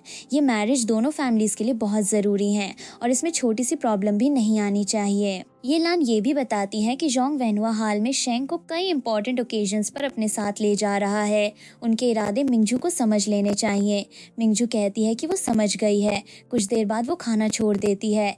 ये लान पूछती है कि उसने बहुत कम खाया है। मिंगजू बताती है कि वो हाल में थकी हुई है और उसे भूख नहीं लग रही। तभी मिंगजू को खबर मिलती है कि कोई मिंग जनरल क्लब की लॉबी में उससे मिलना चाहता है। वहां पहुंचने पर सामने खुद चेनशू होती हैं। चेनशू अचानक आने के लिए माफ़ी मांगती हैं और जेडएम ज्वेलरी का कोऑपरेशन प्रपोजल स्वीकार कर लेती हैं, लेकिन वो साफ करती हैं कि ये फैसला मिंगजू की बातों से प्रभावित होकर नहीं लिया गया। वो केवल एक पुराना एहसान चुका रही हैं। चेनशू बताती हैं कि 3 साल पहले उनकी बेटी को एयरपोर्ट पर अचानक सीवियर हार्ट अटैक आया था। उस समय इमरजेंसी इतनी बड़ी थी कि जल्दी हॉस्पिटल पहुंचना ज़रूरी था। जिंगबाई ने अपनी प्राइवेट जेट उन्हें दे दी, जिससे उनकी बेटी समय पर हॉस्पिटल पहुंची और उसकी जान बच गई। चेनशू किसी का एहसान अपने ऊपर रखना पसंद नहीं करती। अब उन्हें उसे चुकाने का मौका मिला है। वो मिंगजू से कहती हैं कि उन्हें उम्मीद है जिंगबाई ने सही इंसान को चुना है। मिंगजू भरोसा दिलाती है कि चेनशू अपने डिसीजन से निराश नहीं होंगी। बाद में मिंगजू अपनी माँ को बताती है कि चेनशू ने जेडएम के लिए काम करने की हामी भर दी है। ये लान समझ जाती हैं कि इसके पीछे जिंगबाई की मदद है। वो कहती हैं कि जिंगबाई ने चाहे किसी भी तरीके से चेनशू को तैयार किया हो, रिजल्ट अच्छा आया है। फिर वो मिंगजू से पूछती हैं कि वो जिंगबाई को इस मदद के बदले क्या देगी। मिंगजू बताती है कि जिंगबाई अपनी इच्छा बाद में बताएगा और खुद उसके पास रिवॉर्ड लेने आएगा। इसके बाद ये लान बात जियाक्सिंग पर ले आती हैं। हाल में जियाक्सिंग लगातार फ्यूसिहांग के साथ पार्टीज और पब्लिक इवेंट्स में जा रही है। आने वाले चैरिटी बैंक्वेट में मिंगजू को इस मौके का फायदा उठाकर उन दोनों से ज़्यादा अटेंशन हासिल करनी होगी। मिंगजू अपनी माँ की बात स्वीकार कर लेती है, लेकिन मन ही मन समझ जाती है कि उनकी हर चिंता के पीछे फैमिली और बिजनेस का फायदा छिपा रहता है। चैरिटी बैंक्वेट में मिंगजू को अकेला देखकर जियाक्सिंग और कुछ महिलाएं उसका मजाक उड़ाती हैं। वे पूछती हैं कि आज प्रेसिडेंट मैंग उसके साथ क्यों नहीं आया। हाल में जियाक्सिंग अपने फियांसे के साथ हर जगह जा रही है, जबकि मिंगजू अकेली है। बाहर का कोई आदमी तो यही समझेगा कि उसकी एंगेजमेंट टूटने वाली है। मिंगजू जवाब देती है कि जिंगबाई के कंधों पर पूरे ग्रुप की जिम्मेदारी है। वो उन लोगों की तरह खाली नहीं है जो हर इवेंट में घूमते रहते हैं। काम से समय मिलने पर वो खुद मिंगजू के पास आ जाता है। एक महिला ये भी कहती है कि मिंगजू में ऐसा कुछ खास नहीं है। उसकी बात सुनकर मिंगजू आगे आती है और उसे अपनी असली पहचान तथा पोजीशन याद दिलाती है। फिर वो सबको याद दिलाती है कि मैंग जिंगबाई की फियांसे बनने से पहले भी वो जोंग फैमिली की एल्डेस्ट डॉटर और युआनशिंग की सक्सेसर थी। उसकी पहचान केवल किसी आदमी के साथ रिलेशनशिप से नहीं बनी है। वो कहती है कि उसकी परवरिश ऐसे लोगों पर बर्बाद करने के लिए नहीं हुई जो बेसिक मैनर्स भी नहीं जानते। तभी जिंगबाई वहां आ जाता है और पूछता है कि मिंगजू को कोई नुकसान तो नहीं हुआ। मिंगजू मना कर देती है। जियाक्सिंग तुरंत जिंगबाई को भड़काने की कोशिश करती है। वो कहती है कि मिंगजू ने खुद कहा है कि जिंगबाई उसके योग्य नहीं है। जिंगबाई मिंगजू से पूछता है कि क्या उसने सच में ऐसा कहा। मिंगजू शांति से जवाब देती है कि वो जिंगबाई के लायक है या नहीं, इसका फैसला जिंगबाई खुद करेगा। फिर वो ये भी कहती है कि शुरुआत में तो वही जिंगबाई के ऊंचे सोशल स्टेटस तक पहुंचने की कोशिश कर रही थी। मिंगजू जिंगबाई को वहां से अलग ले जाती है और बाकी लोगों को चेतावनी देती है कि आज जो हुआ उसकी बात बाहर नहीं जानी चाहिए। अकेले होते ही जिंगबाई उससे पूछता है कि वो चैरिटी बैंकेट में आने वाली थी तो उसने पहले बताया क्यों नहीं। मिंगजू कहती है कि उसे बोलने का मौका ही नहीं मिला। पिछली फोन कॉल में वो बताने वाली थी, लेकिन जिंगबाई ने चेनशू वाली बात पूछकर कॉल काट दिया। जिंगबाई कहता है कि वो मैसेज भी भेज सकती थी। उसे लगा कि मिंगजू को उसकी स्केड्यूल की कोई परवाह नहीं है। अब उसका फियांसे बीजिंग आ गया और मिंगजू को कोई जानकारी तक नहीं थी। भले ही उनका रिश्ता केवल नाम का हो, लेकिन इतनी लापरवाही से लोग सवाल करेंगे। मिंगजू कहती है कि अगर दोनों को एक दूसरे का स्केड्यूल जानना है तो नियम बराबर होना चाहिए।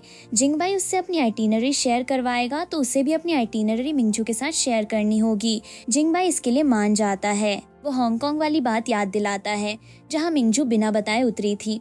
अगर वो शहर जिंगबाई का होम ग्राउंड न होता तो उसे उसके आने का पता भी नहीं चलता। वो कहता है कि पति पत्नी को एक दूसरे की मदद करनी चाहिए और मिंगजू से अग्रीमेंट चाहता है।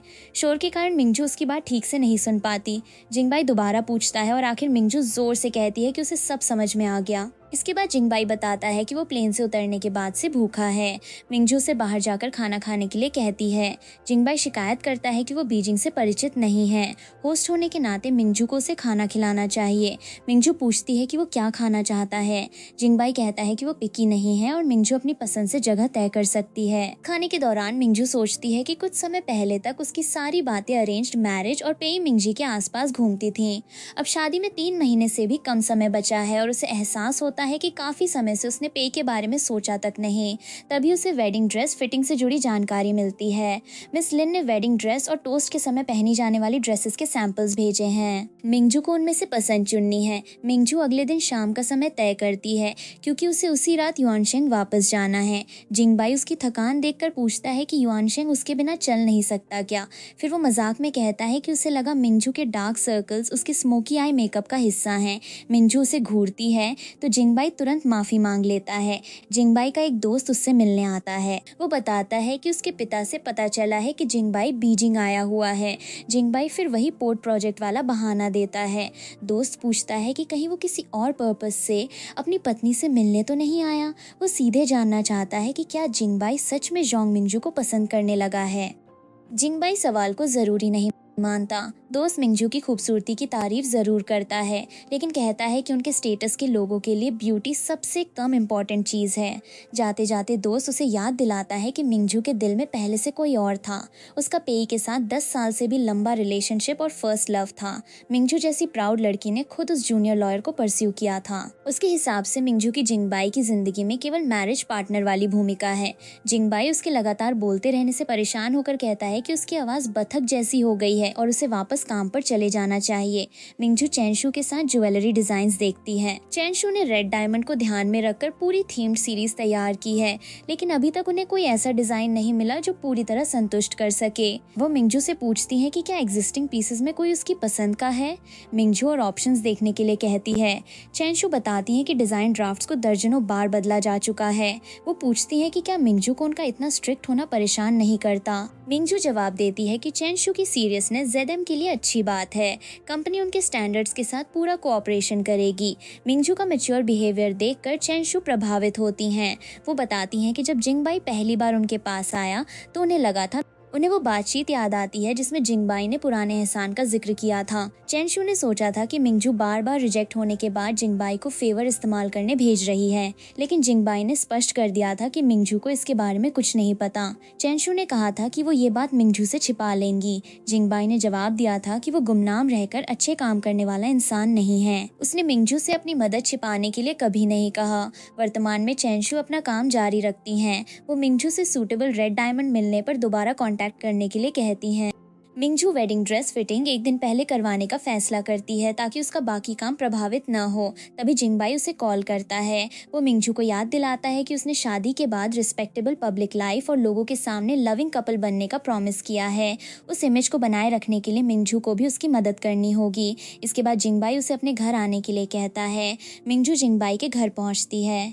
जिंगबाई कहता है कि ये उसका प्राइवेट रेजिडेंस है और मिंगजू बिना किसी फॉर्मल परमिशन के अंदर आ सकती है। उसे शूज़ बदलने की भी ज़रूरत नहीं है। फिर वो अचानक पेई का जिक्र करते हुए पूछता है कि क्या मिंगजू का लॉयर एक्स बॉयफ्रेंड कभी उसके घर आया था। मिंगजू उसकी बात पर नाराज़ होकर पूछती है कि वो पेई को बीच में क्यों ला रहा है। जिंगबाई इसे बस एक कैजुअल सवाल बताकर बात बदल देता है। स्टूडियो के लोग वेडिंग ड्रेसेस लेकर आने वाले होते हैं। उससे पहले जिंगबाई देखता है कि मिंगजू ठीक से खाना नहीं खा रही। मिंगजू बताती है कि उसका वेट थोड़ा बढ़ गया है और फॉर्मल ड्रेसेस अच्छी नहीं लगेंगी। जिंगबाई कहता है कि अगर कोई ड्रेस केवल खास बॉडी टाइप पर ही अच्छी लग सकती है तो स्टूडियो का फ्यूचर अच्छा नहीं हो सकता। मिंगजू को ड्रेस के हिसाब से खुद को बदलने की ज़रूरत नहीं है। स्टूडियो टीम फिनिश ड्रेसेस के साथ 3D डिज़ाइन ड्राइंग्स भी लाती है। इसी बीच मिस लिन का वीडियो कॉल आ जाता है। वो पूछती है कि मिंगजू कहाँ है। जिंगबाई कहता है मिस लिन मिंगजू को भरोसे से ड्रेसेस चुनने के लिए कहती हैं। अगर कोई डिज़ाइन पसंद न आए तो वे डिज़ाइनर ही बदल देंगी। उनकी नज़र में मिंगजू को हर चीज़ में सबसे अच्छा मिलना चाहिए। मिंगजू एक ड्रेस पहनकर आती है तो स्टाफ उसकी तारीफ करते हैं और जिंगबाई की राय पूछते हैं। मिंगजू को लगता है कि उसकी वेस्ट थोड़ी बदल गई है, इसलिए वो ड्रेस की स्ट्रक्चर एडजस्ट करने के लिए कहती है। मिस लिन चाहती हैं कि हर आउटफिट की फ़ोटो सुवनीर के रूप में रखी जाए। कई ड्रेसेस ट्राई करने के बाद कुल 15 आउटफिट्स और डिज़ाइन सिलेक्ट हो जाते हैं। मिंजू को लगता है कि उसने बहुत ज़्यादा ड्रेसेस चुन ली हैं, शादी में हर घंटे कपड़े बदलने पड़ेंगे, लेकिन उसे सभी पसंद भी हैं। ड्रेसेस की कीमत लाखों से शुरू होती है, फिर भी वो जानती है कि इससे जिंगबाई गरीब नहीं होगा। जिंगबाई कहता है कि जब उसे सभी ड्रेसेस पसंद हैं तो सभी रख लेनी चाहिए, उन्हें दूसरे ओकेजन्स पर भी पहना जा सकता है। उसके पास पैसे की कमी नहीं है और मिंजू को उसके पैसे बचाने की ज़रूरत नहीं। उसने मिंजू को सबसे शानदार वेडिंग देने का प्रॉमिस किया था। मिंजू पूछती है कि क्या वो उसके सामने अपनी वेल्थ दिखा रहा है। जिंगबाई मजाक में कहता है कि उसने हाल में ज़रूरत से ज़्यादा पैसा कमा लिया है और उसे समझ नहीं आता कि उसे खर्च कहाँ करे, इसलिए इस काम में उसे मिंजू की मदद चाहिए। ड्रेसेस सिलेक्ट होने के बाद जिंगबाई मिंजू को अपना पुराना वादा याद दिलाता है। उसने कहा था कि चेंशू वाले फेवर का रिवॉर्ड लेने वो खुद उसके पास आएगा। मिंजू पूछती है कि उसे क्या चाहिए। जिंगबाई उसके करीब आकर अपना रिवॉर्ड लेता है और कहता है कि यही उसका कॉम्पेंसेशन है। मिंजू उसे रोकने की कोशिश करती है, लेकिन जिंगबाई दोबारा वही कहता है कि उसे यही कॉम्पेंसेशन चाहिए। आखिर मिंजू उसे बताती है कि अब काफ़ी हो चुका है। बाहर बारिश शुरू हो जाती है। मिंजू जिंगबाई से पहले वापस जाने के लिए कहती है। जिंगबाई बताता है कि उसे अगले दिन के बाद दोपहर में सी पर जाना है। पोर्ट से लौटते समय सनसेट बहुत सुंदर दिखाई देता है, इसलिए वो मिंजू को अपने साथ चलने के लिए इन्वाइट करता है। मिंजू मना कर देती है क्योंकि उसका किसी और से मिलने का अपॉइंटमेंट है। जिंगबाई तुरंत पूछता है कि वो किससे मिल रही है।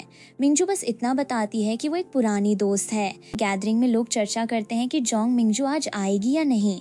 उन्हें लगता है कि उसका न आना इम्पॉसिबल है क्योंकि इवेंट चिन फैमिली की थर्ड यंग लेडी चिन शाओ से जुड़ा है। किन शाओ को हमेशा मिंजू से कंपैरिजन करना पसंद रहा है।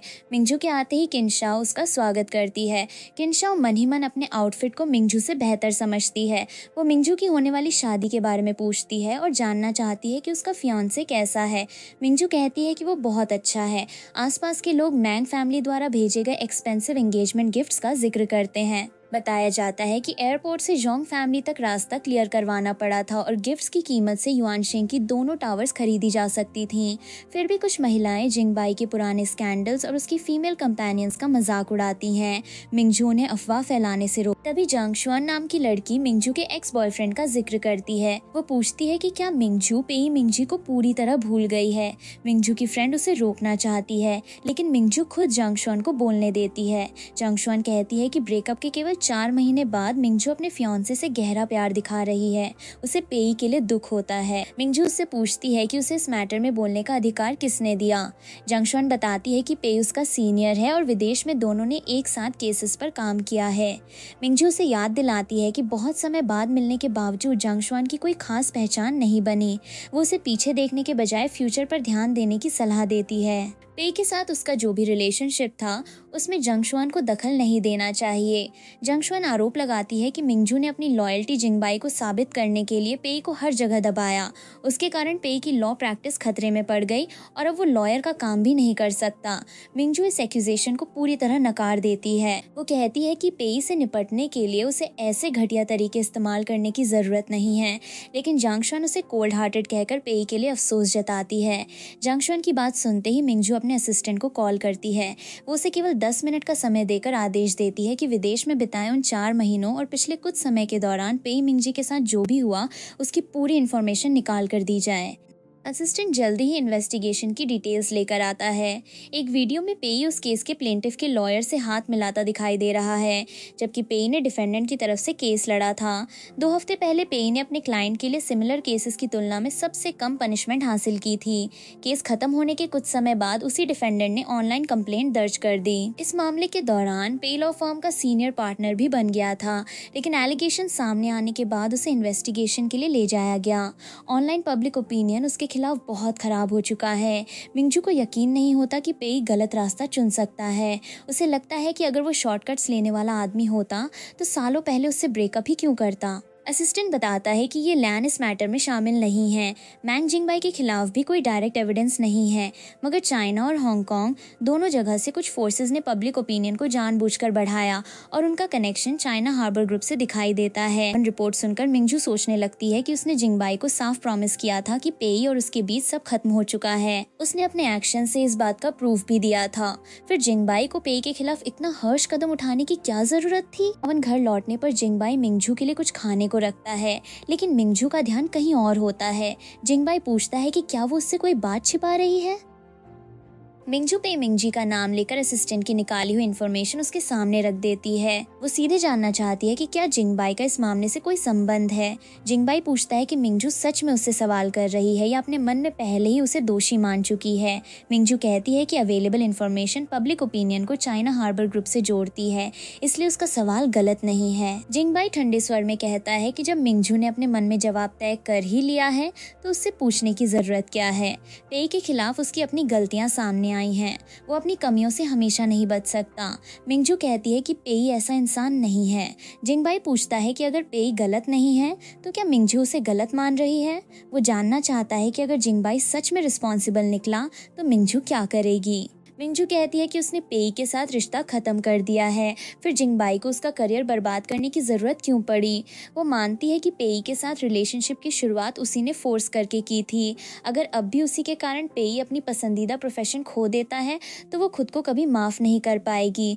जिंगबाई पूछता है कि क्या मिंजू एक अनजान आदमी के लिए अपने होने वाले पति से दुश्मनी करेगी। वो ये भी कहता है कि उस छोटे लॉयर को कुचलना उसके लिए चींटी कुचलने जितना आसान है, लेकिन उससे उसे कोई फायदा नहीं मिलेगा। मिंजू उससे पेई को छोड़ देने की रिक्वेस्ट करती है। जिंगबाई कहता है कि मदद मांगते समय एटीट्यूड सही होना चाहिए। वो पूछता है कि बदले में मिंजू उसे क्या दे सकती है। मिंजू कहती है कि उसकी कैपेबिलिटी में जो होगा वो देगी। जिंगबाई उसकी जेनरोसिटी पर ताना मारता है। पहले मिंजू हर बात पर उससे बार्गेन करती थी, लेकिन पेई के लिए वो कुछ भी देने को तैयार है। वो कहता है कि मिंजू का अपने एक्स के लिए इतना गहरा प्यार देखकर वो प्रभावित हो गया। मिंजू जवाब देती है कि ये उसके और पेई के बीच की बात है, जिसका जिंगबाई से कोई संबंध नहीं।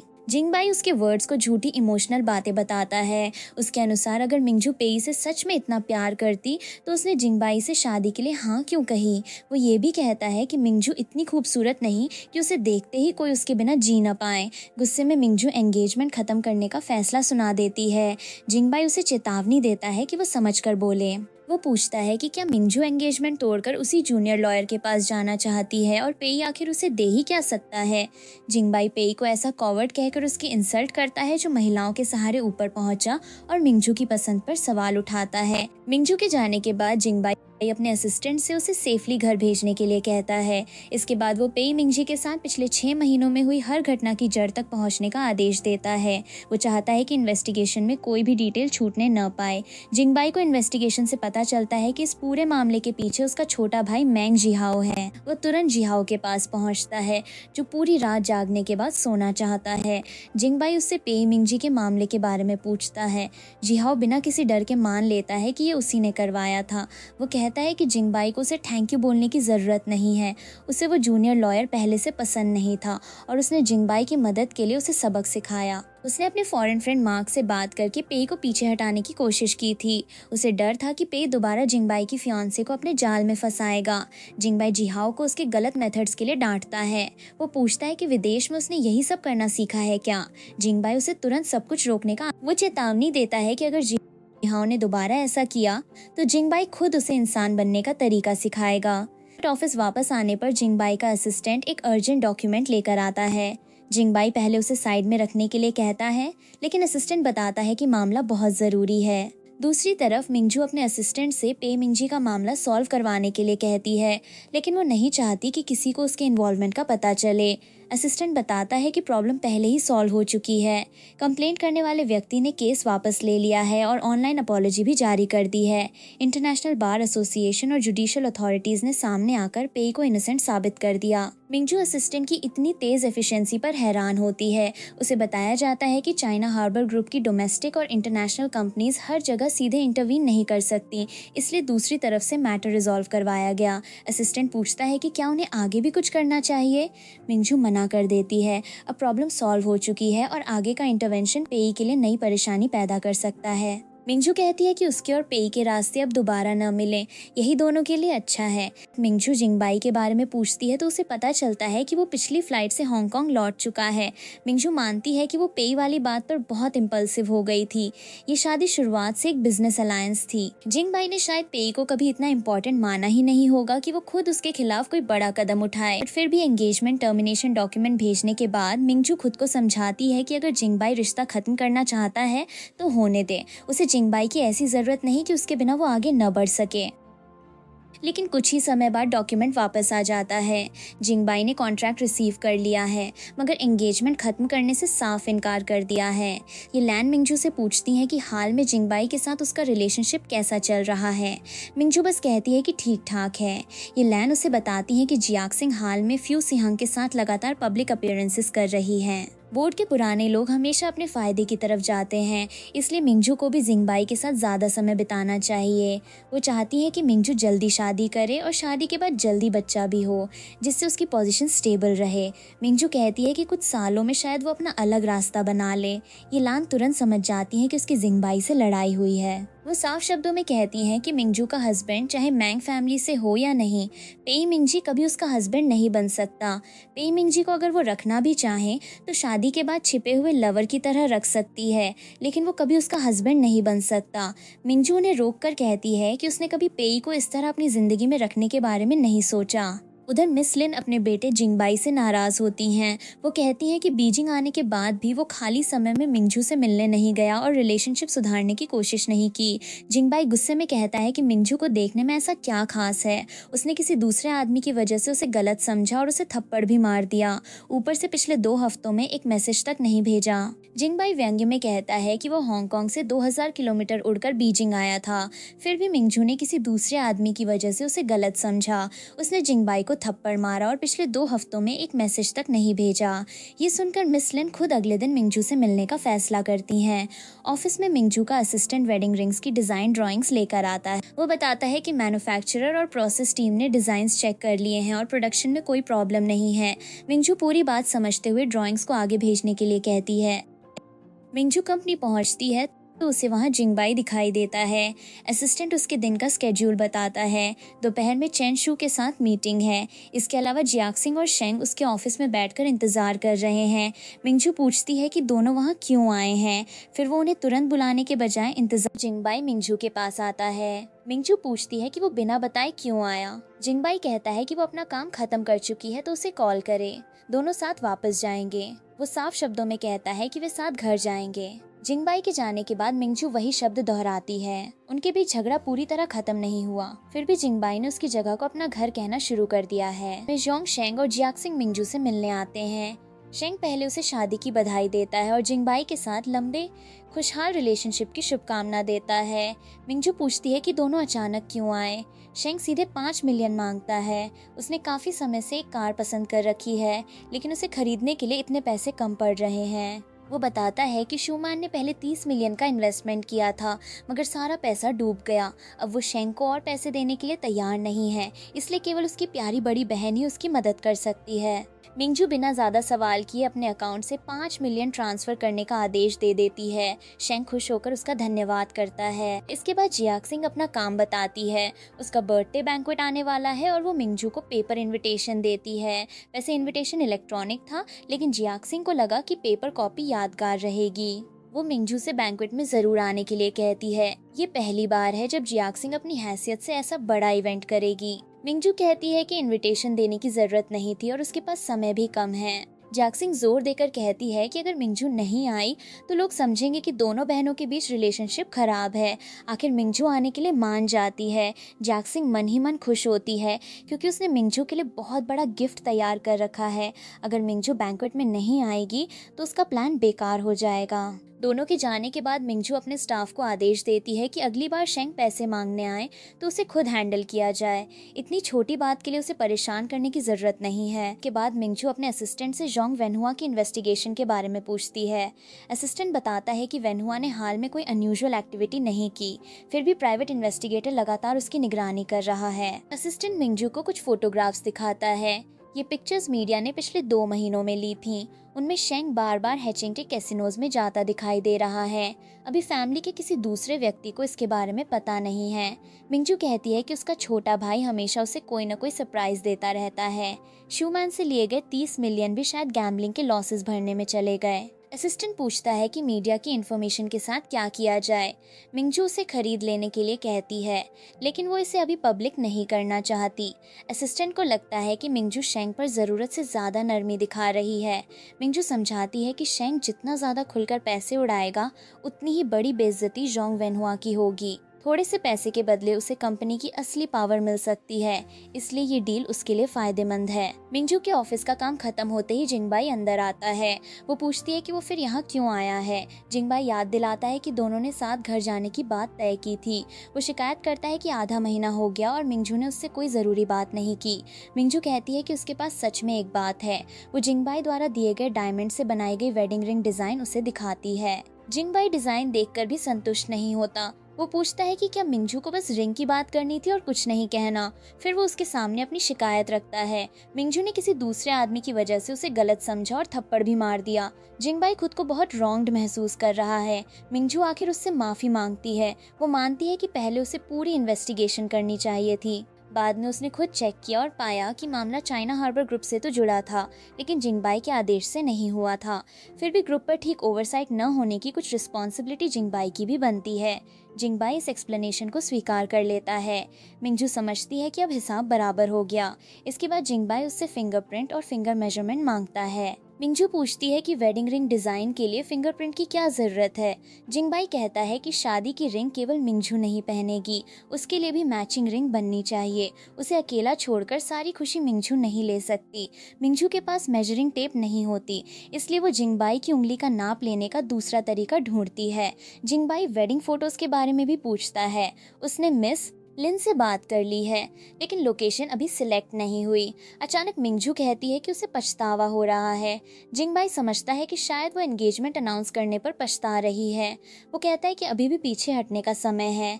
मिंजू स्पष्ट करती है कि उसे एंगेजमेंट पर नहीं, बल्कि जिंगबाई के साथ झगड़ा इतनी जल्दी खत्म करने पर पछतावा है।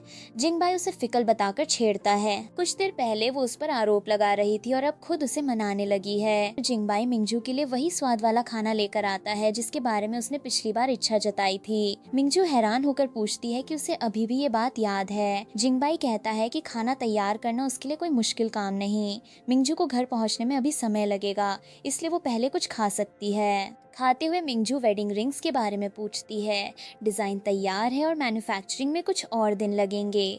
जिंगबाई उसे जल्दी चलने के लिए कहता है, क्योंकि उसकी माँ इंतजार कर रही हैं और दोनों को उन्हें ज्यादा देर तक वेट नहीं करवाना चाहिए। मिस लिन से मिलकर जिंगबाई कहता है कि पिछली बार उसका बीजिंग का ट्रिप बहुत छोटा था, इसलिए वो ठीक तरह से उनसे मिलने नहीं आ पाया। मिस लिन इसे छोटी बात बताकर छोड़ देती हैं। फिर वो सीधे शादी की बात उठाती हैं। वेडिंग का समय पास आ चुका है, इसलिए वो चाहती हैं कि मिंजू और जिंगबाई जल्दी मैरिज सर्टिफिकेट ले लें। उनकी नज़र में लीगल रजिस्ट्रेशन के बाद ही ये मैरिज पूरी तरह सिक्योर होगी। जिंगबाई कहता है कि जल्दबाजी की ज़रूरत नहीं है, वेडिंग बहुत करीब है, इसलिए सर्टिफिकेट कभी भी लिया जा सकता है। मिस लिन के अनुसार काम जितना जल्दी पूरा हो जाए उतना ही सभी को सुकून मिलेगा। जिंगबाई मिंजू का पक्ष लेते हुए कहता है कि मैरिज रजिस्ट्रेशन छोटी बात नहीं है। मिंजू शायद कोई अच्छा और ऑस्पिशियस दिन चुनना चाहती होगी। मिस लिन उसकी बात मान लेती हैं और कहती हैं कि दोनों यंग पीपल आपस में डेट डिसाइड कर सकते हैं। डिनर खत्म होने के बाद जिंगबाई मिंजू से पूछता है कि उसके बताए हुए ऑस्पिशियस दिन का इंतजार कब खत्म होगा। मिंजू जवाब देती है कि जिस दिन वो खुद तैयार होगी वही दिन अच्छा होगा। फिर वो जिंगबाई से पूछती है कि क्या वो अगले दिन फ्री है, उसे उसके साथ एक जरूरी काम करना है। जिंगबाई पूछता है कि वे कहाँ जाएंगे। मिंजू सीधे कहती है कि वे मैरिज सर्टिफिकेट लेने जाएंगे। जिंगबाई को पहली बार यकीन नहीं होता और वो उसकी बात दोहराता है। उसे लगा था कि मिंजू इसके लिए तैयार नहीं होगी। मिंजू कहती है कि वो मिस लिन के प्रेशर की वजह से ऐसा नहीं कर रही, वो बस नहीं चाहती कि जिंगबाई की माँ उसके कारण उसे बार बार टास्क देती रहें। लेकिन मिस लिन की एक बात सही है, काम जितना जल्दी पूरा होगा सभी उतना ही सिक्योर महसूस करेंगे। अगले दिन मैरिज रजिस्ट्रेशन पूरा करने के बाद मिंजू बाहर आकर थोड़ी खोई हुई खड़ी रहती है। जिंगबाई पूछता है कि वो क्या सोच रही है। मिंजू को लगा था कि अंदर का प्रोसेस केवल 10 मिनट में पूरा हो जाएगा, लेकिन अब उसके हाथ में सर्टिफिकेट है और दोनों लीगली हस्बैंड वाइफ बन चुके हैं। जिंगबाई कहता है कि उसे अपनी नई आइडेंटिटी की धीरे धीरे आदत हो जाएगी। वो मिंजू को घर छोड़ने की पेशकश करता है, लेकिन मिंजू उसे अपने काम पर जाने के लिए कहती है और खुद संभल कर लौटने का भरोसा देती है। मिंजू जिंगबाई को याद दिलाती है कि रजिस्ट्रेशन के साथ ही दोनों कंपनीज के बंडल कोलैबोरेशंस आज से इफेक्टिव हो गए हैं। वो अब प्रीनप्शियल अग्रीमेंट को भी अपने काम की लिस्ट में शामिल करेगी। जिंगबाई कहता है कि वो भी अपना प्रॉमिस पूरा करेगा। वो मिंगजू को सबसे ग्रैंड और ग्लैमरस वेडिंग देगा। हांगकांग लौटकर जिंगबाई से उसका दोस्त पूछता है कि उसे तो सुबह वापस आना था, फिर पूरी दोपहर कहाँ लगा दी। जिंगबाई बताता है कि वो बीजिंग गया था। दोस्त को समझ नहीं आता कि पोर्ट प्रोजेक्ट तो स्टेबल चल रहा है, फिर ऐसी क्या बात थी जिसके लिए जिंगबाई को खुद जाना पड़ा। जिंगबाई बताता है कि वहाँ उसकी कमी थी। इसके बाद वो मैरिज सर्टिफिकेट दिखा देता है। दोस्त हैरान होकर कहता है कि जिंगबाई को आखिर प्यार हो ही गया। जिंगबाई बात को प्रैक्टिकल बनाते हुए कहता है कि शादी कभी न कभी होनी ही थी। दोस्त को बस इसकी स्पीड पर हैरानी है। उसे लगा था कि दोनों कुछ दिन और इंतजार करेंगे, फिर वो मानता है कि शादी बिजनेस के लिए भी अच्छी है। युआनशिंग और चाइना हार्बर के पोर्ट प्रोजेक्ट्स में जो प्रॉब्लम्स आ रही थीं, उन्हें आगे बढ़ाना अब आसान हो सकता है। उसे सबसे ज़्यादा हैरानी इस बात की है कि मिंगजू इतनी जल्दी मान गई। वो जिंगबाई को छेड़ते हुए पूछता है कि लीगल हस्बैंड बनने के बाद उसने अपनी मैरिटल रिस्पॉन्सिबिलिटीज पूरी की या नहीं। तर दूसरी तरफ मिंगजू अपनी दोस्त के साथ पेई मिंगजी की बात करती है। वो मानती है कि अब उसके मन में पेई बहुत कम आता है। उसे खुद लगता है कि शायद वो खराब इंसान है, क्योंकि इतने सालों का रिलेशनशिप वो इतनी जल्दी पीछे छोड़ रही है। उसकी दोस्त कहती है कि इसमें कुछ भी गलत नहीं है, जो बीत चुका है उसे हमेशा पकड़े रहना जरूरी नहीं। फिर बात जियाक सिंह के बर्थडे बैंकेट पर आ जाती है। दोस्त पूछती है कि मिंगजू वहाँ जाएगी या नहीं। उसे लगता है कि जियाक सिंह शायद नहीं चाहती कि मिंगजू आए। मिंगजू कहती है कि ये जरूरी नहीं। जियाक सिंह खुद उसके पास पेपर इन्विटेशन लेकर आई थी। उसकी दोस्त को पूरा भरोसा है कि जियाक सिंह की नीयत अच्छी नहीं है। मिंगजू भी ये जानती है, मगर इसी वजह से उसकी क्यूरियोसिटी बढ़ गई है। वो देखना चाहती है कि जियाक सिंह ने उसके लिए कैसा सरप्राइज तैयार किया है। बर्थडे बैंक्वेट में मिंगजू काम खत्म होने के कारण थोड़ी देर से पहुंचती है। वहाँ के एल्डर्स उसकी मेहनत की तारीफ करते हैं और कहते हैं कि अगर सभी यंग पीपल इतने हार्ड वर्किंग हो तो पूरा नॉर्दर्न बीजिंग बेहतर हो जाए। जियाक सिंह मिंगजू को देखते ही खुशी दिखाती है। वो कहती है कि उसकी बहन आखिर आ गई। मिंगजू उसके चेहरे की खुशी देखकर कहती है कि उसे नहीं पता ये खुशी है या उसके लिए तैयार सरप्राइज का एक्साइटमेंट। थोड़ी देर बाद फ्यू फैमिली के एल्डर्स सभी मेहमानों के सामने एक बड़ा अनाउंसमेंट करते हैं। वो फ्यू सिहांग को ऑफिशियली फ्यू फैमिली का राइटफुल हेयर घोषित करते हैं। उनकी सेहत पहले जैसी नहीं रही, इसलिए उन्होंने फैसला किया है कि सिहांग की शादी के बाद फ्यू फैमिली का पूरा कंट्रोल उसे दे दिया जाएगा। मेहमान हैरान होते हैं कि इतने सालों तक पावर अपने हाथ में रखने वाले एल्डर अचानक रिटायर क्यों हो रहे हैं। इसी अच्छी खबर का फायदा उठाकर जोंग वेनहुआ भी अपना अनाउंसमेंट करता है। वो युआनशिंग के 5% शेयर्स और कुछ फंड्स ट्रस्ट में रख रहा है। जियाक सिंह की शादी के दिन वे शेयर्स और पैसे उसके पर्सनल अकाउंट में ट्रांसफर हो जाएंगे। मेहमानों के बीच चर्चा शुरू हो जाती है। एक इलेजिटिमेट बेटी को ग्रुप के शेयर्स मिल रहे हैं। इन शेयर्स के साथ जियाक सिंह बोर्ड में भी जा सकती है और युआनशिंग के कोर मैनेजमेंट में उसकी एंट्री हो जाएगी। इसका सीधा असर मिंगजू की सक्सेसर पोजीशन पर पड़ेगा। अनाउंसमेंट के बाद मिंगजू जियाक सिंह के पास जाकर उसे बधाई देती है।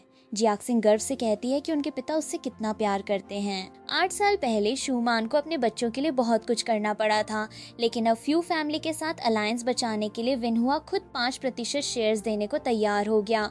जियाक सिंह इसे अपनी जीत मानती है। वो मिंगजू से पूछती है कि उसे ये सरप्राइज कैसा लगा। जियाक सिंह का दावा है कि वेनहुआ उससे ज्यादा प्यार करता है और सिहांग से शादी होते ही जोंग फैमिली की हर चीज जियाक सिंह और शेंग की हो जाएगी। वो मिंगजू को ज़्यादा दुखी न होने के लिए कहती है। उसका कहना है कि कोई हमेशा किसी के साथ नहीं रहता, लेकिन फ्यूचर में वो और शेंग मिंगजू की देखभाल कर लेंगे।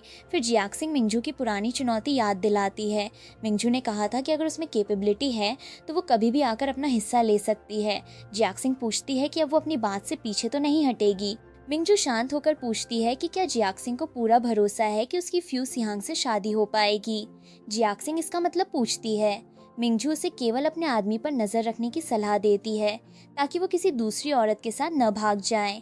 अगर एक मिस्ट्रेस की बेटी भी किसी मिस्ट्रेस से हार गई तो उसकी माँ शूमान की बहुत बेइज्जती होगी। जियाक सिंह गुस्से में उससे साफ एक्सप्लेनेशन मांगती है। मिंगजू उसे बेवकूफ कहकर वहां से चली जाती है। जियाक सिंह उसका पीछा करते हुए रुकने के लिए चिल्लाती है। बाहर मिंगजू के सामने जिंगबाई आ जाता है। वो पूछती है कि वो यहाँ कैसे आया, जबकि उसे विदेश में होना चाहिए था। जिंगबाई कहता है कि मिंगजू ही उसे देखना चाहती थी। वो तुरंत समझ जाता है कि किसी ने उसकी पत्नी को नाराज किया है और पूछता है कि क्या उसे रिवेंज लेने में उसकी मदद चाहिए। मिंगजू पूछती है कि क्या वो सच में उसकी मदद कर सकता है। जिंगबाई कहता है कि दोनों फैमिली हैं, जो भी मिंगजू को हर्ट करेगा उससे निपटने में वो उसकी मदद करेगा। तभी जियाक सिंह पीछे से आती है। वो जिंगबाई को चेतावनी देती है कि मिंगजू उसकी बहन है। अगर उसने जियाक सिंह को नुकसान पहुंचाया तो वेनहुआ नाराज हो जाएगा। जियाक सिंह अपनी होने वाली आइडेंटिटी का भी घमंड करती है। वो कहती है कि वो फ्यूचर में फ्यू फैमिली की डॉटर इन लॉ होगी, इसलिए फ्यू फैमिली भी जिंगबाई को नहीं छोड़ेगी। जिंगबाई कहता है कि उसे लोगों का गुस्सा शांत करना बहुत अच्छी तरह आता है। जियाक्सिंग धमकी देकर चली जाती है कि वो अपने पिता से शिकायत करेगी। जिंगबाई उसके जाने के बाद पूछता है कि क्या उसे अभी रोकना चाहिए। मिंगजू मना कर देती है। वो जानती है कि असली जवाब देने का समय अभी नहीं आया है। जिंगबाई मिंगजू के साथ वापस बैंक्वेट में आता है। वेनहुआ उसे देखकर पूछता है कि वो यहाँ क्यों आया, क्योंकि मिंगजू ने बताया था कि जिंगबाई बीजिंग में नहीं है। फ्यू सिहांग भी आगे आकर जिंगबाई को ग्रीट करता है। जिंगबाई बताता है कि वो विदेश से लौटकर सीधा मिंगजू के पास आया है, आखिर वे न्यूली मैरिड हैं। जब लोगों को पता चलता है कि मिंगजू और जिंगबाई मैरिज सर्टिफिकेट ले चुके हैं तो सभी वेनहुआ को बधाई देते हैं। कोई कहता है कि उसकी दोनों बेटियों को अच्छे पार्टनर्स मिल गए हैं। बात वेडिंग गिफ्ट्स पर आती है। मेहमान कहते हैं कि वेनहुआ अपनी दोनों बेटियों को शेयर्स दे रहा है। जिंगबाई पूछता है कि ये बात उसे क्यों नहीं पता। जैक्सिंग तुरंत बताती है कि वेनहुआ ने उसे युआनशेंग के 5% शेयर्स एंगेजमेंट गिफ्ट में दिए हैं। वो जानबूझकर कहती है कि मिंगजू को अभी अपना गिफ्ट नहीं मिला। मेहमान भी वेनहुआ पर दबाव डालते हुए कहते हैं कि दोनों बेटियां हैं, इसलिए फेवरेटिज्म नहीं होना चाहिए, दोनों को बराबर मिलना चाहिए। जिंगबाई कहता है कि उसे भी मिंगजू के लिए वेडिंग गिफ्ट तैयार करने का समय नहीं मिला था, लेकिन शेयर्स सच में अच्छा ऑप्शन है, इसलिए वो मिंगजू को चाइना हार्बर ग्रुप के 5% शेयर्स देने का अनाउंसमेंट कर देता है। ये केवल किसी एक लोकल कंपनी के शेयर्स नहीं हैं, इनके साथ कई ओवरसीज कंपनीज के एनुअल डिविडेंड्स भी जुड़े हैं, जिनकी वैल्यू बहुत बड़ी है। जिंगबाई कहता है कि वे हस्बैंड वाइफ हैं, इसलिए चीज़ें किसी के भी नाम हो उनके लिए बराबर हैं, लेकिन वो मिंगजू को फ्यूचर प्रोटेक्शन भी देना चाहता है। वो कहता है कि उसे भरोसा है कि वो कभी दूसरी औरत के पास नहीं जाएगा। फिर भी अगर कभी किसी सेकंड वाइफ और उसके बच्चों जैसी प्रॉब्लम खड़ी हुई तो मिंगजू इन शेयर्स का इस्तेमाल करके उन सबको बाहर फेंक सकती है। ये बात सीधे वेनहुआ, शूमैन और उसके बच्चों पर ताना होती है। वेनहुआ के पास जवाब नहीं बचता।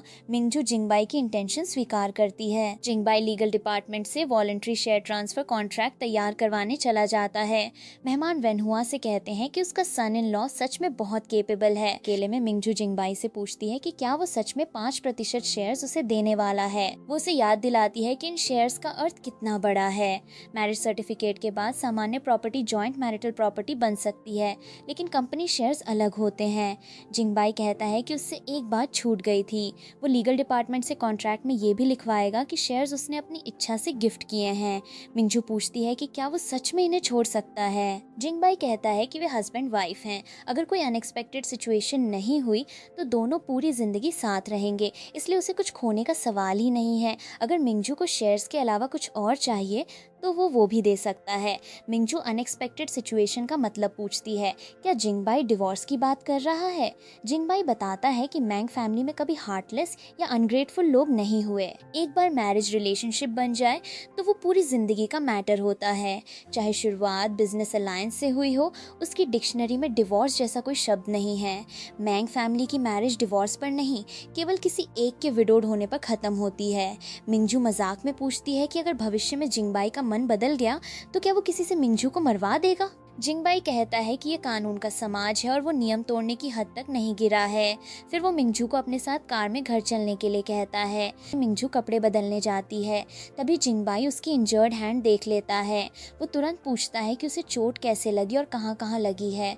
मिंगजू केवल हाथ दिखाकर कहती है कि फैमिली के बाकी लोगों को इसके बारे में पता नहीं चलना चाहिए। जिंगबाई उसकी बात मान तो लेता है। चेकअप के बाद डॉक्टर बताते हैं कि हाथ में हल्का फ्रैक्चर है। इसके अलावा खाली पेट रहने, लो ब्लड शुगर और स्ट्रेस की वजह से स्टमक क्रैम्प्स हुए हैं। मिंगजू को कुछ दिन आराम करना चाहिए। जिंगबाई कहता है कि इतनी कम उम्र में उसके अंदर कई छोटी हेल्थ प्रॉब्लम्स जमा हो चुकी हैं। मिंगजू इसे कोई गंभीर बीमारी नहीं मानती। वो हॉस्पिटल में रुकना नहीं चाहती, इसलिए जिंगबाई उसे घर पर पूरा आराम करने और बाकी छोटी बड़ी प्रॉब्लम्स के बारे में न सोचने का आदेश देता है। जिंगबाई फैसला करता है कि वो अभी हांगकांग वापस नहीं जाएगा। मिंगजू पूछती है कि क्या वो सच में अपना काम छोड़कर यहीं रुकेगा। जिंगबाई कहता है कि अगर उसकी माँ ने मिंगजू की ऐसी हालत देख ली तो वो उसे सामान की तरह पैक करके रातों रात बीजिंग वापस भेज देंगी। वो मिंगजू के कमजोर स्टमक के लिए हल्का और नरिशिंग खाना तैयार करता है। मिंगजू पूछती है कि क्या ये खाना उसी ने बनाया है। जिंगबाई पहले मना करता है, फिर कहता है कि अगर मिंगजू उसके हाथ का खाना समझकर इमोशनल हो रही है तो वो क्रेडिट लेने के लिए तैयार है। मिंजू कहती है कि पैसे सही मिले तो उसके लिए खाना बनाने वालों की लाइन पूरी दुनिया का चक्कर लगा सकती है। जिंगबाई भी उसकी बात का जवाब मजाक में देता है। फिर जिंगबाई पूछता है कि पिछली रात उसने अपनी माँ का कॉल क्यों नहीं उठाया। मिंजू बताती है कि हॉस्पिटल जाते समय उसका फोन बंद था। जिंगबाई जानना चाहता है कि बैंक्वेट में हुई बात का वो क्या करेगी। वो मिंजू से कहता है कि उसके नेक्स्ट डिसीजन से उसे निराशा नहीं होनी चाहिए। मिंजू समझती है कि जियाक्सिंग और शूमैन उसकी चोट की चिंता करने आएंगे, लेकिन असली सिचुएशन ज़्यादा कॉम्प्लिकेटेड है। जिंगबाई कहता है कि वो उसकी प्रॉब्लम सॉल्व कर सकता है। मिंजू पूछती है कि वो किस प्रॉब्लम की बात कर रहा है। जिंगबाई जियाक्सिंग को कम समझ वाली छोटी बहन कहता है।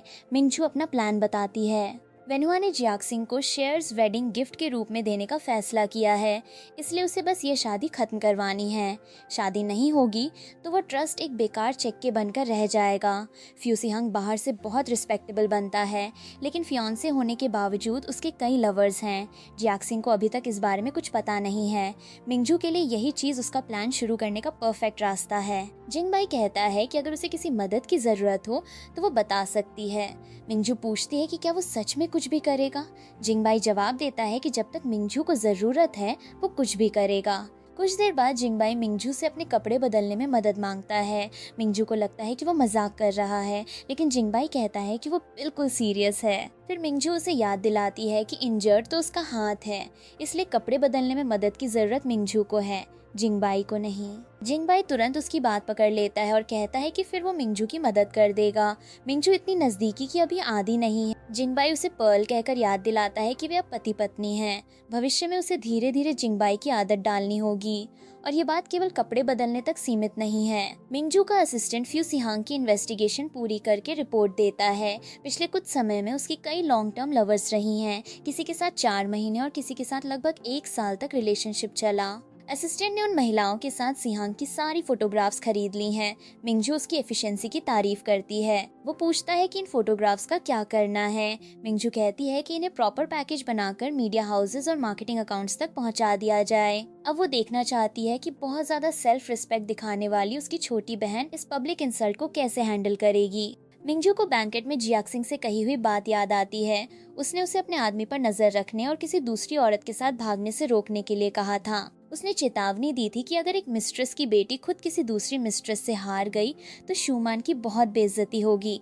अब सिहांग के लवर्स की फोटोग्राफ्स मिल जाने के बाद वही वार्निंग सच साबित होने वाली है। मिंजू अपने पिता से मिलने जाती है। विनहुआ कहता है कि उसके तीनों बच्चों में मिंजू ही उसे सबसे ज्यादा भरोसेमंद लगती है। वो फैमिली को एक शरीर की तरह बताता है। एक सदस्य आगे बढ़े तो सभी को फायदा होता है, और एक को नुकसान हो तो पूरी फैमिली प्रभावित होती है। मिंजू बड़ी बहन है, इसलिए उसे जियाक्सिंग और शेंग की देखभाल करनी चाहिए। मिंजू बहुत शांति से कहती है कि इतने सालों से वो यही तो करती आई है। वेनुआ उसकी समझदारी की तारीफ करता है और उसे अपनी सबसे प्यारी बेटी कहता है। मिंजू ये लान को दिए जाने वाले गिफ्ट का जिक्र करती है।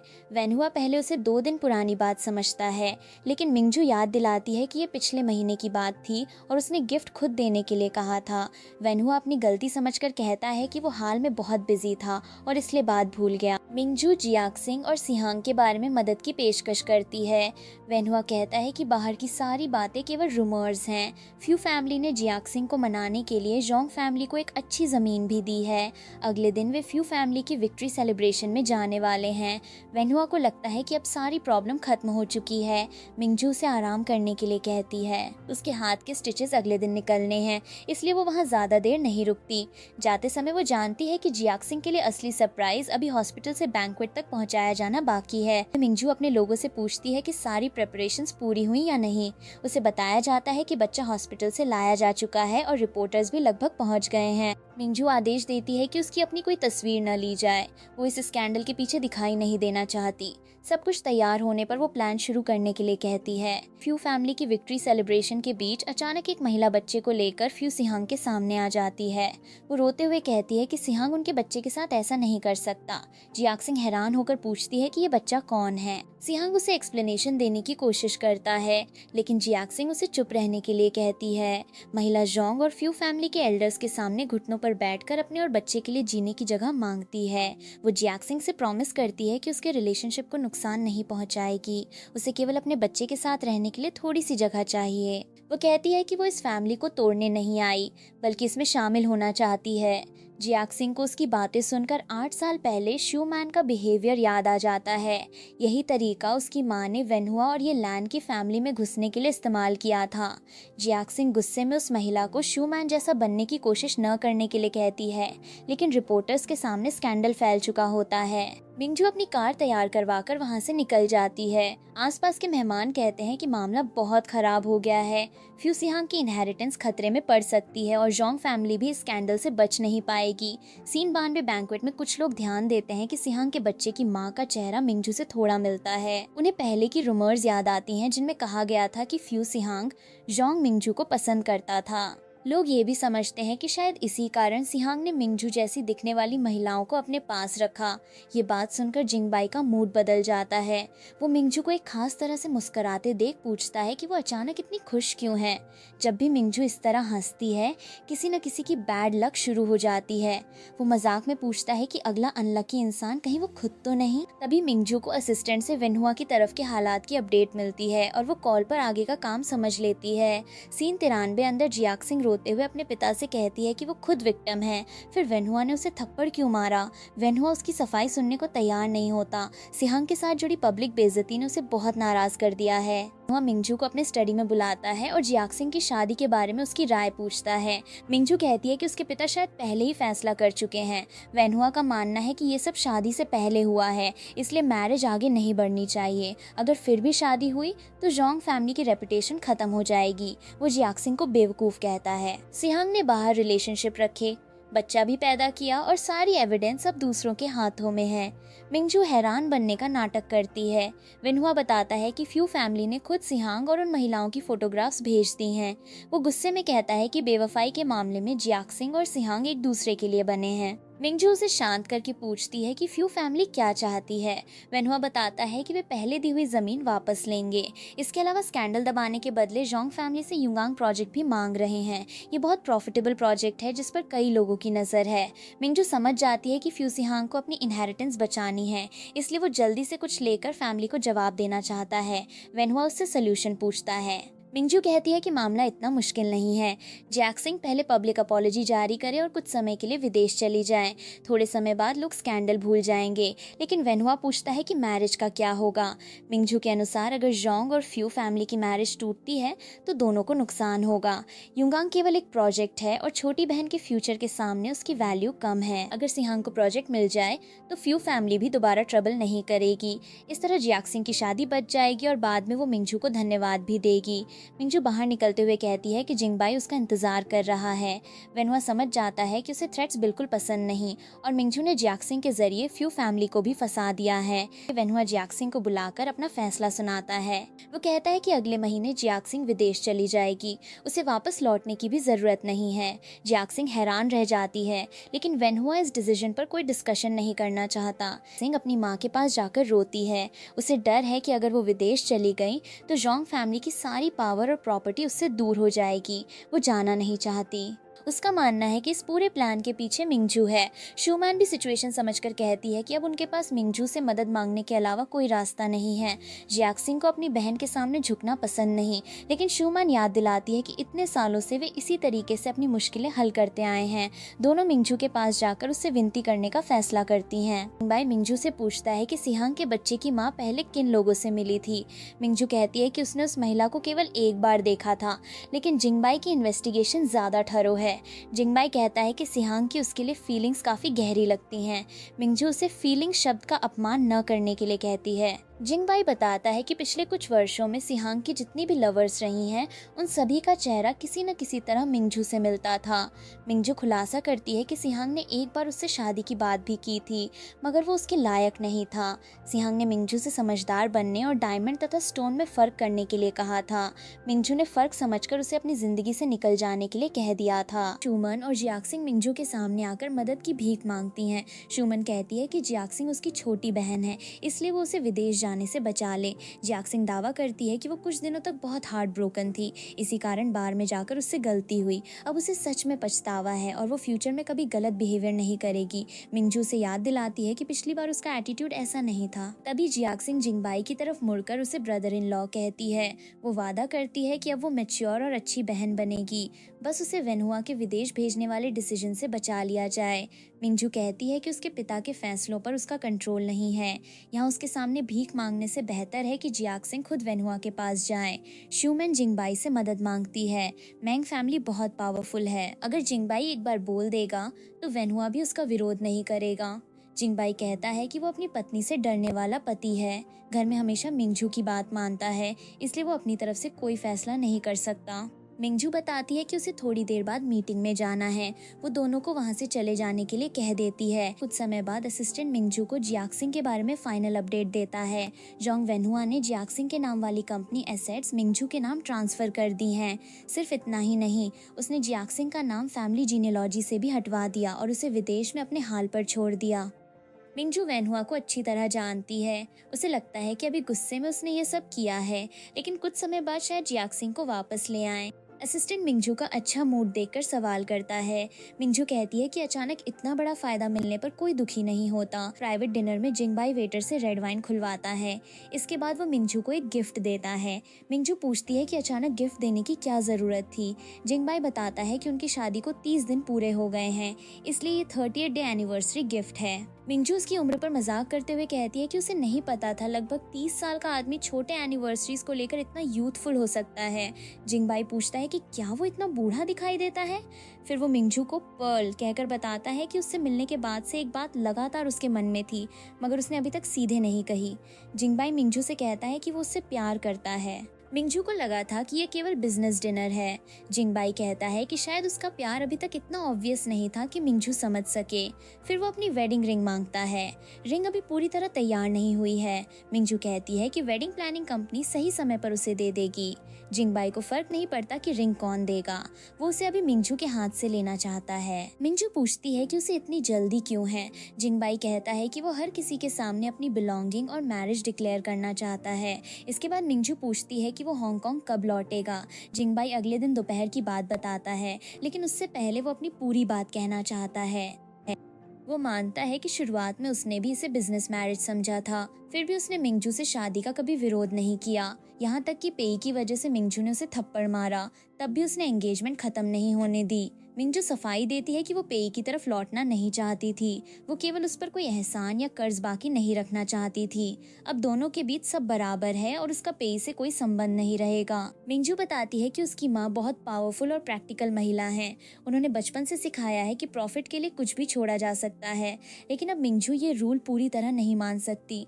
जिंगबाई कारण पूछता है। मिंगजू कहती है कि वो जिंगबाई को नहीं छोड़ सकती।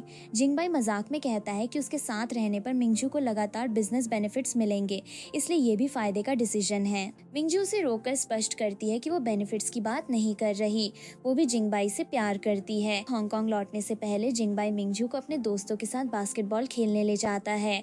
दोस्त कहते हैं कि अगर उन्हें पता होता वो अपनी वाइफ को ला रहा है तो वे पूरा वेन्यू बुक करवा देते। जिंगबाई कहता है कि वहाँ मौजूद सभी लोग एक दूसरे को जानते हैं, इसलिए फॉर्मल अरेंजमेंट की जरूरत नहीं है। खेल शुरू होते ही उसका एक दोस्त शिकायत करता है कि जिंगबाई के कोर्ट में आने के बाद उसे बॉल शूट करने का मौका तक नहीं मिलता। मिंगजू जिंगबाई की स्किल देखकर कहती है कि उसे अंदाजा नहीं था कि वो बास्केटबॉल में इतना अच्छा है। जिंगबाई पूछता है कि क्या मिंगजू भी खेल सकती है। मिंगजू कहती है कि उसे थोड़ा बहुत आता है। जिंगबाई उसे वार्म अप करवाने के लिए तैयार हो जाता है। उन्हें साथ खेलते देखकर जिंगबाई के दोस्त आपस में बात करते हैं। एक पूछता है कि ये बिजनेस मैरिज थी तो दोनों का रिलेशनशिप इतना अच्छा क्यों दिखाई दे रहा है। दूसरा कहता है कि मिंगजू की फीलिंग्स का उसे नहीं पता, लेकिन जिंगबाई जैसा चालाक आदमी अब अपनी असली फीलिंग्स छिपा नहीं पा रहा। दोनों इस रिलेशनशिप के रिजल्ट पर बेट लगाने का फैसला करते हैं। खेल के दौरान एक लड़की जिंगबाई के पास आकर उसकी स्किल की तारीफ करती है और उसे सिखाने के लिए कहती है।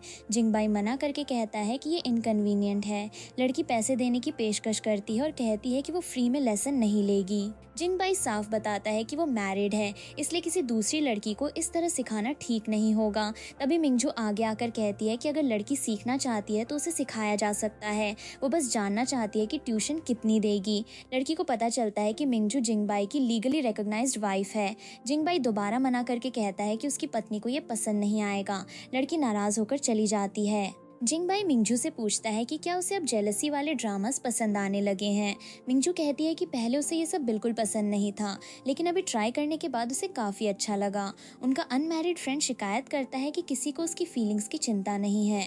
वो पूछता है कि क्या वे अपने साथ एक और व्यक्ति को शामिल कर सकते हैं। मिंजू बाहर फ्रेश एयर लेने जाना चाहती है और जिंगबाई उसके साथ चल देता है। बाहर कुछ महिलाएं मिंजू के बारे में गॉसिप कर रही होती हैं। वे कहती हैं कि उसे अच्छा हस्बैंड तो मिल गया, लेकिन उसके पिता इलेजिटिमेट बेटे शेंग को ज़्यादा पसंद करते हैं और शायद पूरी इनहेरिटेंस उसी को देना चाहते हैं। उनके अनुसार कितनी भी केपेबल महिला क्यों न हो, शादी के बाद वो दूसरे घर की हो जाती है। पावरफुल फैमिलीज में महिलाओं का काम मैरिज अलायंस के जरिए फैमिली को फायदा देना और फिर हस्बैंड के घर की बातें मानना है। फैमिली फॉर्च्यून इनहेरिट करने का अधिकार आदमी के पास होना चाहिए। मिंजू उनकी सारी बातें सुन लेती है। उसके सामने आते ही महराज आती हैं और कहती हैं कि वे बस कैजुअल बातें कर रही थीं। मिंजू कहती है कि उनकी बातों में कुछ लॉजिक जरूर है, लेकिन अगली बार किसी की पीठ पीछे गॉसिप करने से पहले उन्हें कोई सिक्लूडेड जगह ढूंढनी चाहिए, खासकर तब जब जिसके बारे में बात हो रही है वो आसपास मौजूद हो। और माफी मांगती हैं। मिंजू पूछती है कि जोंग फैमिली की बातें वे उससे ज्यादा अच्छी तरह कैसे जानती हैं, जबकि वो खुद उस फैमिली की बेटी है। डरकर सभी अपनी गलती मानती हैं। मिंजू उन्हें वहां से निकल जाने और दोबारा अपना चेहरा न दिखाने के लिए कहती है। सीन 105 अकेले होते ही जिंगबाई मिंजू को उनकी आपसी कंडीशन याद दिलाता है। दोनों ने तय किया था कि कोई भी इम्पोर्टेंट बात एक दूसरे से नहीं छिपाएंगे। वो पूछता है कि जोंग फैमिली में इतना बड़ा सक्सेशन कॉन्फ्लिक्ट चल रहा था, फिर मिंजू ने उसे क्यों नहीं बताया। मिंजू कहती है कि वो कुछ छिपाने की कोशिश नहीं कर रही थी। जैक्सिंग और सिहांग की एंगेजमेंट के बाद से वेन्हुआ लगातार शेंग को शेयर होल्डर्स और इम्पोर्टेंट लोगों से मिलवा रहा था। शुरुआत में उसने सब कुछ इनडायरेक्टली किया, लेकिन अब वो खुलकर शेंग को सक्सेसर बनाने की तैयारी कर रहा है। कुछ समय पहले मिंजू के असिस्टेंट को शेंग के कसीनो जाने की बात पता चली थी। मिंजू ने मीडिया इन्फॉर्मेशन खरीद कर रख ली थी। उसी सुबह उसने अलग से वो इन्फॉर्मेशन वेन्हुआ तक पहुंचवा दी। जिंगबाई समझ जाता है कि इसी कारण मिंजू अगली सुबह जल्दी बीजिंग लौटने वाली थी। मिंजू बताती है कि प्लान बदल गया है और उसे उसी रात निकलना होगा। शेंग की गैम्बलिंग और प्रॉपर्टी बेचने की बात जानकर वेन्हुआ गुस्से में बेहोश हो गया है। जिंगबाई तुरंत कहता है कि वो भी उसके साथ जाएगा। मिंजू उसे याद दिलाती है कि हांगकांग में उसका जरूरी काम बाकी है। जिंगबाई अपने दोस्त को बेकार बैठा हुआ बताकर कहता है कि वो काम उसे दे देगा। उसे एक बुरी फीलिंग आ रही है, इसलिए वो मिंजू को अकेले नहीं जाने देगा। बीजिंग पहुंचकर मिंजू वेन्हुआ से मिलने जाती है। वो पूछती है कि डॉक्टर ने क्या कहा और वो अचानक कैसे बेहोश हो गया। वेन्हुआ बताता है कि कोई सीरियस प्रॉब्लम नहीं है, वो गुस्से के कारण खुद को संभाल नहीं पाया था। मिंजू उसे प्रॉपर हॉस्पिटल चेकअप करवाने के लिए कहती है। वेन्हुआ अपने पुराने डॉक्टर की मेडिकल स्किल पर भरोसा जताता है। फिर वो शेंग की बात उठाता है। मिंजू कहती है कि रास्ते में उसने कुछ इन्फॉर्मेशन सुन ली थी। जब वेन्हुआ को शेंग की गैम्बलिंग का पता चला, तब तक वो अपनी आधी से ज्यादा प्रॉपर्टीज बेच चुका था। वेन्हुआ दुखी होकर कहता है कि अगर उसके बाकी बच्चे मिंजू जितने समझदार होते तो उसे ये दिन नहीं देखना पड़ता। तीनों बच्चों में मिंजू ही सबसे प्रॉमिसिंग निकली, जबकि वही बच्ची है जिसे वेन्हुआ सबसे कम पसंद करता रहा। मिंजू उसे ज्यादा गुस्सा न करने के लिए कहती है। वो शेंग को यंग और रेस्टलेस बताकर उसकी गलती थोड़ी कम दिखाती है। विन्हुआ चाहता है कि शेंग उसके पास रहकर एक्सपीरियंस हासिल करे, ताकि दोबारा वही मिस्टेक न करे। मिंजू उसके डिसीजन का सपोर्ट करती है। वो सुझाव देती है कि शेंग को शेंगयुआन बायोटेक्नोलॉजी का कंट्रोल दे दिया जाए। अगर उसे ट्रेन करना है तो काम करने के लिए प्लेटफॉर्म भी देना होगा। वेन्हुआ हैरान होकर पूछता है कि क्या मिंजू सच में ऐसा चाहती है। शेंगयुआन हाल के वर्षों में युआनशेंग का सबसे प्रॉमिसिंग सेक्टर है। मिंजू उसके सवाल का सीधा जवाब देने के बजाय उसे मेडिसिन देकर आराम करने के लिए कहती है और वहाँ से चली जाती है। बाहर आकर मिंजू कहती है कि इतना सब होने के बाद भी वेन्हुआ ने शेंग से उम्मीद नहीं छोड़ी। बचपन की वजह से वो बार बार भूल जाती है कि अब वो आदमी केवल उसका पिता नहीं रह गया है।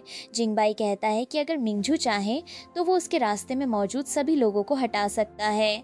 तब वेन्हुआ केवल मिंजू का पिता रह जाएगा और किसी दूसरे बच्चे के लिए उसके खिलाफ नहीं जाएगा। मिंजू देखती है कि उसका कोट अंदर रह गया है। जिंगबाई उसे वहीं रुकने के लिए कहकर कोट लेने वापस चला जाता है। इसी समय नीचे पेई, मिंगजी और उसकी जूनियर जांग शुआन मौजूद होते हैं। जांग शुआन उसे बार बार मिंजू के पास जाने के लिए कह रही है, लेकिन पेई को लगता है कि मिंजू उससे मिलना नहीं चाहती। मिंजू बाहर आती है तो दोनों आमने सामने आ जाते हैं। वो पेई से पूछती है कि वो चाइना कब लौटा। पेई बताता है कि वो पिछली रात आया था। मिंजू वहाँ से जाने लगती है, लेकिन पेई कहता है कि दोनों को मिले 6 महीने हो चुके हैं। मिंजू पेई से पूछती है कि पिछले केस ने उसे ज़्यादा प्रभावित तो नहीं किया। पेई कहता है कि वो केवल एक फॉल्स अलार्म था और अब कोई सीरियस प्रॉब्लम नहीं है। इसके बाद पेई मिंजू का हाल पूछता है और मिंजू बताती है कि वो भी ठीक है। पेई उसकी तारीफ करते हुए कहता है कि 6 महीनों में वो पहले से ज्यादा मैच्योर और केपेबल लगने लगी है। मिंजू जवाब देती है कि समय के साथ हर कोई बदलता है। वो पुरानी बातों के लिए माफी मांगना चाहती है, लेकिन पेई उसे रोक देता है। वो कहता है कि मिंजू ने उसके साथ कभी गलत नहीं किया। उसके माता पिता की मौत के बाद जोंग फैमिली ने उसे अपने साथ रखा और उसकी एजुकेशन का खर्च उठाया। उसी सपोर्ट की वजह से उसे नई जिंदगी मिली, इसलिए मिंजू को उसके प्रति गिल्टी होने की जरूरत नहीं है। मिंजू कहती है कि पेई को उसका धन्यवाद करने की जरूरत नहीं, उसे भी पेई से बहुत कुछ मिला था।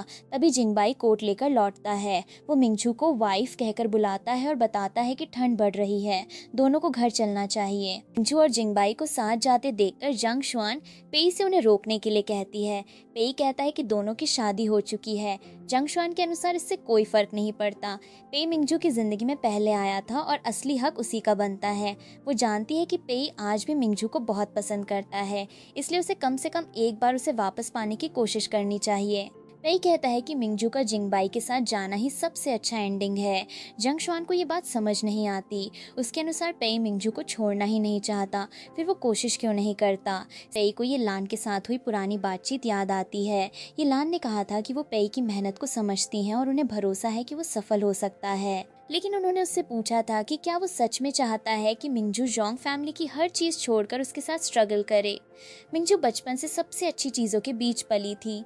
उसका खाना, कपड़े, घर और ट्रैवल सब कुछ टॉप लेवल का था। पेई अगर केवल एक कंफर्टेबल लाइफ दे भी देता तो वो मिंजू की पुरानी जिंदगी के बराबर नहीं होती। ये लान ने पेई से पूछा था कि अगर किसी दिन मिंजू अपने डिसीजन पर रिग्रेट करे तो वो क्या करेगा। पेई पूरी जिंदगी मेहनत करके जिस हाईएस्ट पोजीशन तक पहुंच सकता था, मिंजू ने जन्म से ही उससे ज्यादा पाया था। इसी वजह से पेई ने माना कि मिंजू का खुश रहना ही उनके रिलेशनशिप का सबसे अच्छा एंडिंग है। इसी मान में पेई समझ जाता है कि मिंजू ने जिंगबाई को कोट लेने के लिए अंदर केवल इसलिए भेजा था ताकि वो कुछ देर पेई से अकेले बात कर सके और उनके बीच की पुरानी गिल्ट खत्म हो जाए। जंग शुआन इसे कोइंसिडेंस बताती है और पेई से किसी दूसरी लड़की को ढूंढने के लिए कहती है। घर लौटते समय जिंगबाई मिंजू को बताता है कि उसने उसे पहली बार आज नहीं बल्कि 1 साल पहले देखा था। उस दिन मिंजू अपने यंगर बॉयफ्रेंड पेई के साथ थी। जिंगबाई के आसपास के लोग उसके बारे में बात कर रहे थे।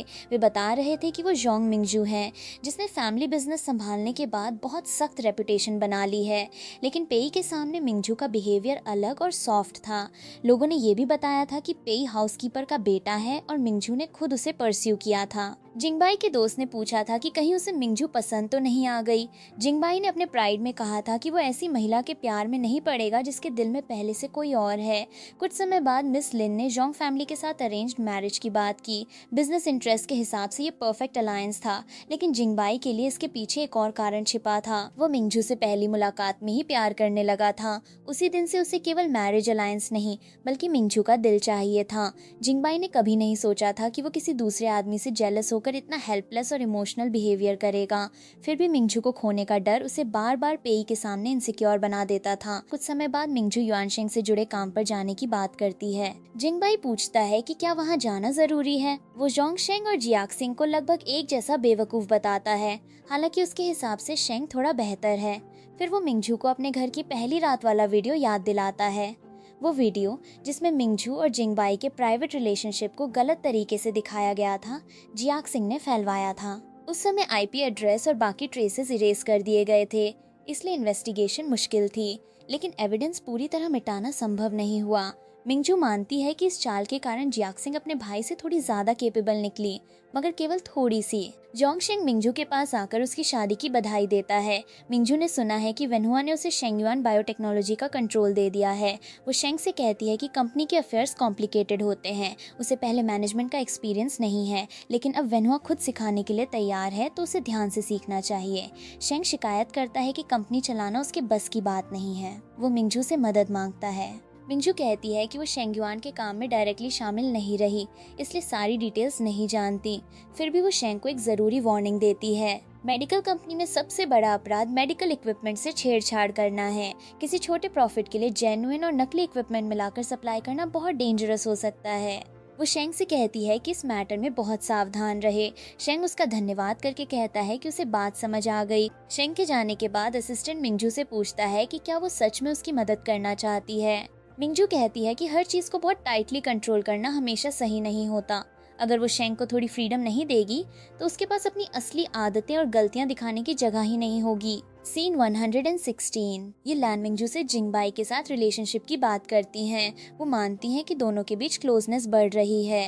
वो मिंगजू को सावधान रहने के लिए कहती हैं। मिंगजू जिंगबाई को अपने प्यार में डाल सकती है, लेकिन उसे खुद उसके लिए रियल फीलिंग्स नहीं रखनी चाहिए। ये लान आज भी हर रिलेशनशिप को बिजनेस और कंट्रोल की नज़र से देखती हैं। फिर ये लैन पूछती है कि शेंग को शेंगयुआन संभाले कितना समय हुआ। मिंगजू बताती है कि उसे कंपनी संभालते हुए लगभग आधा महीना बीत चुका है। ये लैन मिंगजू को उसी रात हॉस्पिटल चलने के लिए कहती हैं। वो खुलासा करती हैं कि जोंग वेनहुआ आईसीयू में भर्ती है। उसे मिडिल स्टेज ब्रेन कैंसर है और सबसे अच्छे ट्रीटमेंट के बाद भी शायद केवल 1 साल बचा है। मिंगजू ये सुनकर शॉक्ड हो जाती है। ये लान आगे बताती हैं कि शेंग ने शेंगयुआन के कुछ एम्प्लॉइज के साथ मिलकर बड़ी मात्रा में मेडिकल डिवाइसेस बदलवा दिए। लकीली इक्विपमेंट इस्तेमाल होने से पहले ही मामला एक्सपोज हो गया। वेनहुआ को यह पता चला तो वो गुस्से में दोबारा बेहोश हो गया। ये लान सीधे मिंगजू से पूछती है कि क्या ये सब उसी ने करवाया। मिंगजू कहती है कि उसने केवल एविडेंस को सही डिपार्टमेंट तक पहुंचाया, बाकी काम शेंग की अपनी गलती ने किया है। होटल में मिंगजू वेनहुआ को एप्पल देने की कोशिश करती है। वो उसके लिए एप्पल पील करने बैठती है। वेनहुआ को याद है कि बचपन में मिंगजू एप्पल पील करती थी तो आधा फ्रूट भी छिलके के साथ निकल जाता था। मिंगजू कहती है कि वो 16 साल की उम्र से पहले की बात है।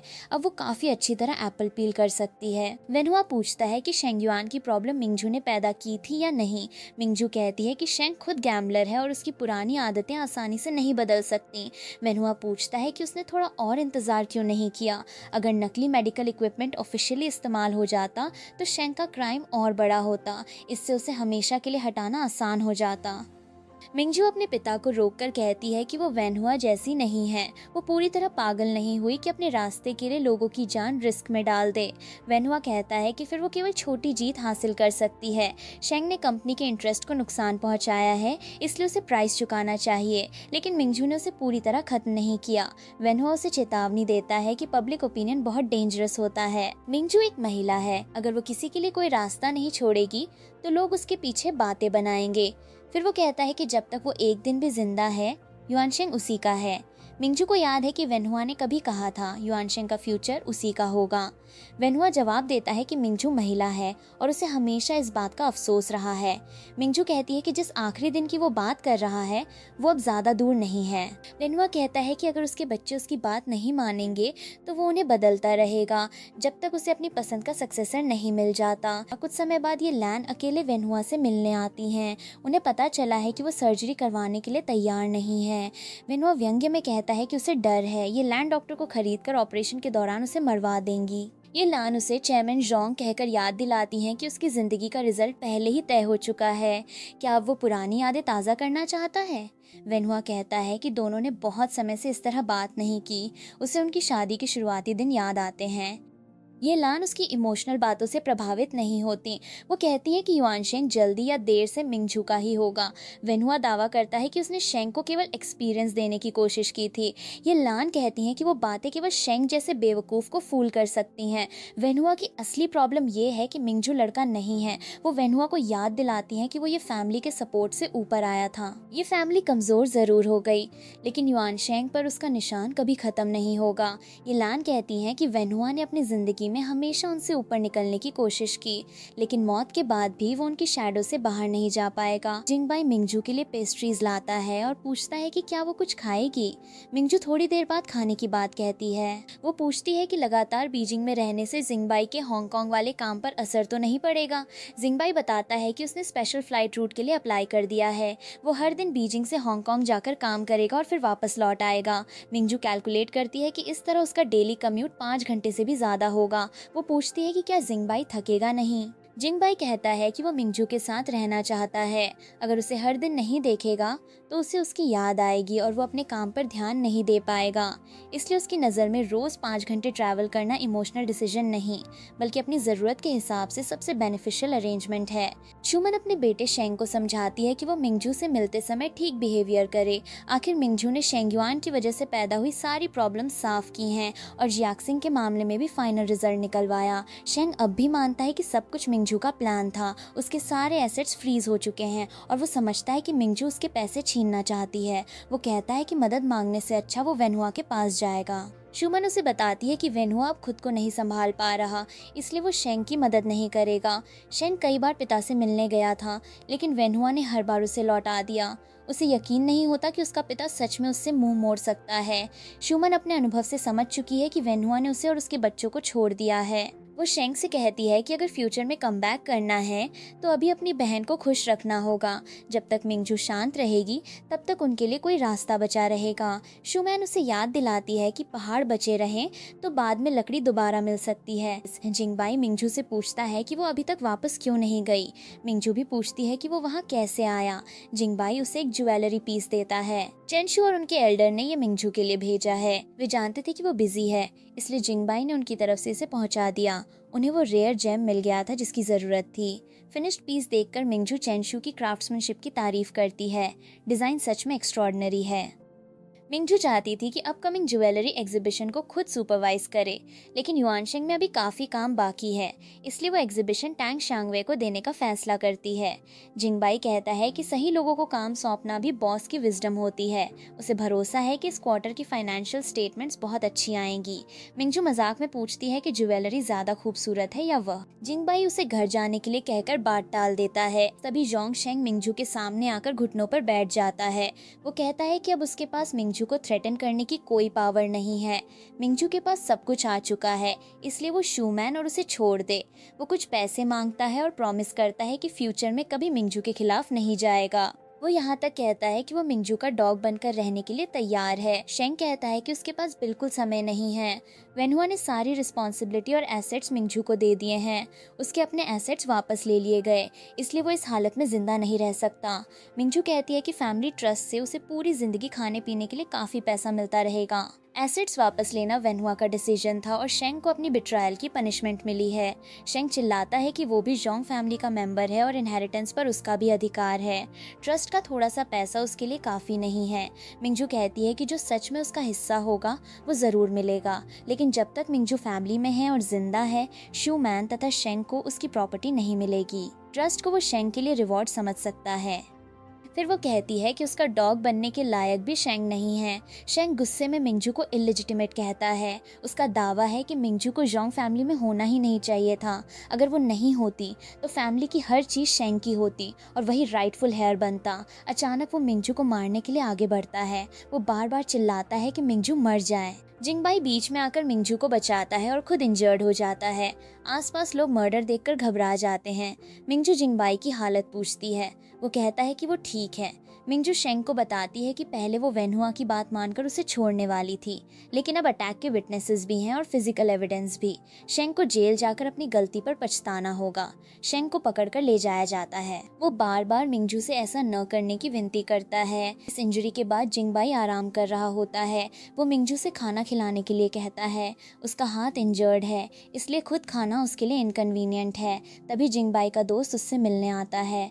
मिंगजू उन दोनों को आपस में बात करने के लिए कहकर कुछ देर के लिए बाहर चली जाती है। मिंगजू के जाते ही दोस्त जिंगबाई से पूछता है कि उसने आखिर क्या सोचकर ऐसा किया। हीरो बनकर पत्नी को बचाने के लिए उसने खुद को सच में घायल करवा लिया। उस दोस्त को जिंगबाई की फाइटिंग कैपेबिलिटी पता है। उसके अनुसार वो चाहता तो अटैक से आसानी से बच सकता था। जरूरत पड़ती तो एक साथ 4 लोगों से लड़ना भी उसके लिए प्रॉब्लम नहीं था। वो समझ जाता है कि जिंगबाई ने चोट जानबूझकर लगने दी। दोस्त के जाने के बाद मिंगजू जिंगबाई से पूछती है कि क्या वो सच में अटैक से बच सकता था। उसने जानबूझकर खुद को इंजर्ड किया था। जिंगबाई इसे सेल्फ इंजरी प्लान मानने से मना नहीं करता। वो कहता है कि उसे चोट लगेगी तो मिंगजू उसके लिए ज्यादा वरीड होगी। मिंगजू जवाब देती है कि उसका प्लान गलत हो गया। उसे जिंगबाई के लिए बिल्कुल बुरा नहीं लगेगा। अगर वो मर गया तो मिंगजू उसकी सारी प्रॉपर्टी इनहेरिट करेगी और अपने लिए 10-8 दूसरे आदमी ढूंढ लेगी। जिंगबाई कहता है कि वो मरने वाला नहीं है, दोनों साथ बूढ़े होंगे। फिर वो मिंगजू से नाराज होने लगता है। मिंगजू पूछती है कि गुस्सा उसे होना चाहिए, फिर जिंगबाई क्यों नाराज है। जिंगबाई कहता है कि वो मिंगजू से 100 गुना ज्यादा एंग्री है। उसे पता है कि मिंगजू ने जानबूझकर शेंग को प्रोवोक किया था। वो शेंग से हमला करवाकर उसे परमानेंटली हटाना चाहती थी, वो भी पब्लिक ओपिनियन का सहारा लिए बिना। लेकिन इस प्लान में मिंगजू ने जिंगबाई की फीलिंग्स के बारे में नहीं सोचा। मिंगजू कहती है कि उसने कॉन्सिक्वेंसेस कैलकुलेट कर लिए थे। जिंगबाई किसी व्हाट इफ को स्वीकार नहीं कर सकता। उसके लिए ये सोचना भी मुश्किल है कि उस अटैक में मिंगजू इंजर्ड हो सकती थी। वो कहता है कि मिंगजू जो भी करना चाहती है उसे बताए। जिंगबाई उसकी मदद करेगा, उसे खुद को डेंजर में डालने की ज़रूरत नहीं है। फिर वो प्यार से मिंगजू को अपने पास बुलाकर कहता है कि वो हमेशा उससे प्यार करेगा। वेडिंग गिफ्ट देने का समय आने पर मिंगजू जिंगबाई के सामने एक अग्रीमेंट रखती है। जिंगबाई पूछता है कि इसके अंदर क्या लिखा है। मिंगजू उसे पढ़ने के लिए कहती है। अग्रीमेंट के अनुसार अगर जिंगबाई ने मैरिज में चीट किया तो उसके नाम की सारी एसेट्स मिंगजू के नाम ट्रांसफ़र हो जाएंगी। जिंगबाई पूछता है कि यह अग्रीमेंट अचानक क्यों बनाया गया। मिंगजू कहती है कि यह अचानक लिया गया डिसीजन नहीं है, वो इस बारे में बहुत पहले सोच चुकी थी। मिंगजू ने अग्रीमेंट पर अपने सिग्नेचर्स पहले ही कर दिए हैं, अब केवल जिंगबाई को साइन करना है। जिंगबाई कहता है कि उसे इतना करने की ज़रूरत नहीं थी, दोनों के सामने अभी बहुत लंबी जिंदगी पड़ी है। मिंगजू पूछती है कि क्या उसे लगता है कि वो फ्यूचर में इस एग्रीमेंट पर रिग्रेट करेगी। जिंगबाई मानता है कि इस समय उसे मिंगजू पर पूरा भरोसा है। मिंगजू कहती है कि जब उसे भरोसा है तो उसे बिना डर के अपना नाम साइन कर देना चाहिए। जिंगबाई एग्रीमेंट पर साइन करने से पहले मिंगजू को पर्ल कहकर बुलाता है। वो पूरे विश्वास से कहता है कि अपनी पूरी जिंदगी में वो केवल एक ही इंसान से प्यार करेगा, इसलिए उसके लिए यह एग्रीमेंट एक बेकार कागज से ज्यादा कुछ नहीं है। लेकिन मिंगजू के लिए यह जिंगबाई का रिटन प्रॉमिस रहेगा। दोनों के सिग्नेचर्स पूरे होने के बाद अग्रीमेंट ऑफिशियल हो जाता है। फिर जिंगबाई कहता है कि एग्रीमेंट का काम पूरा हो गया है और अब असली बात पर आने का समय है, और इसके साथ ही ये ड्रामा यहीं एंड होता है।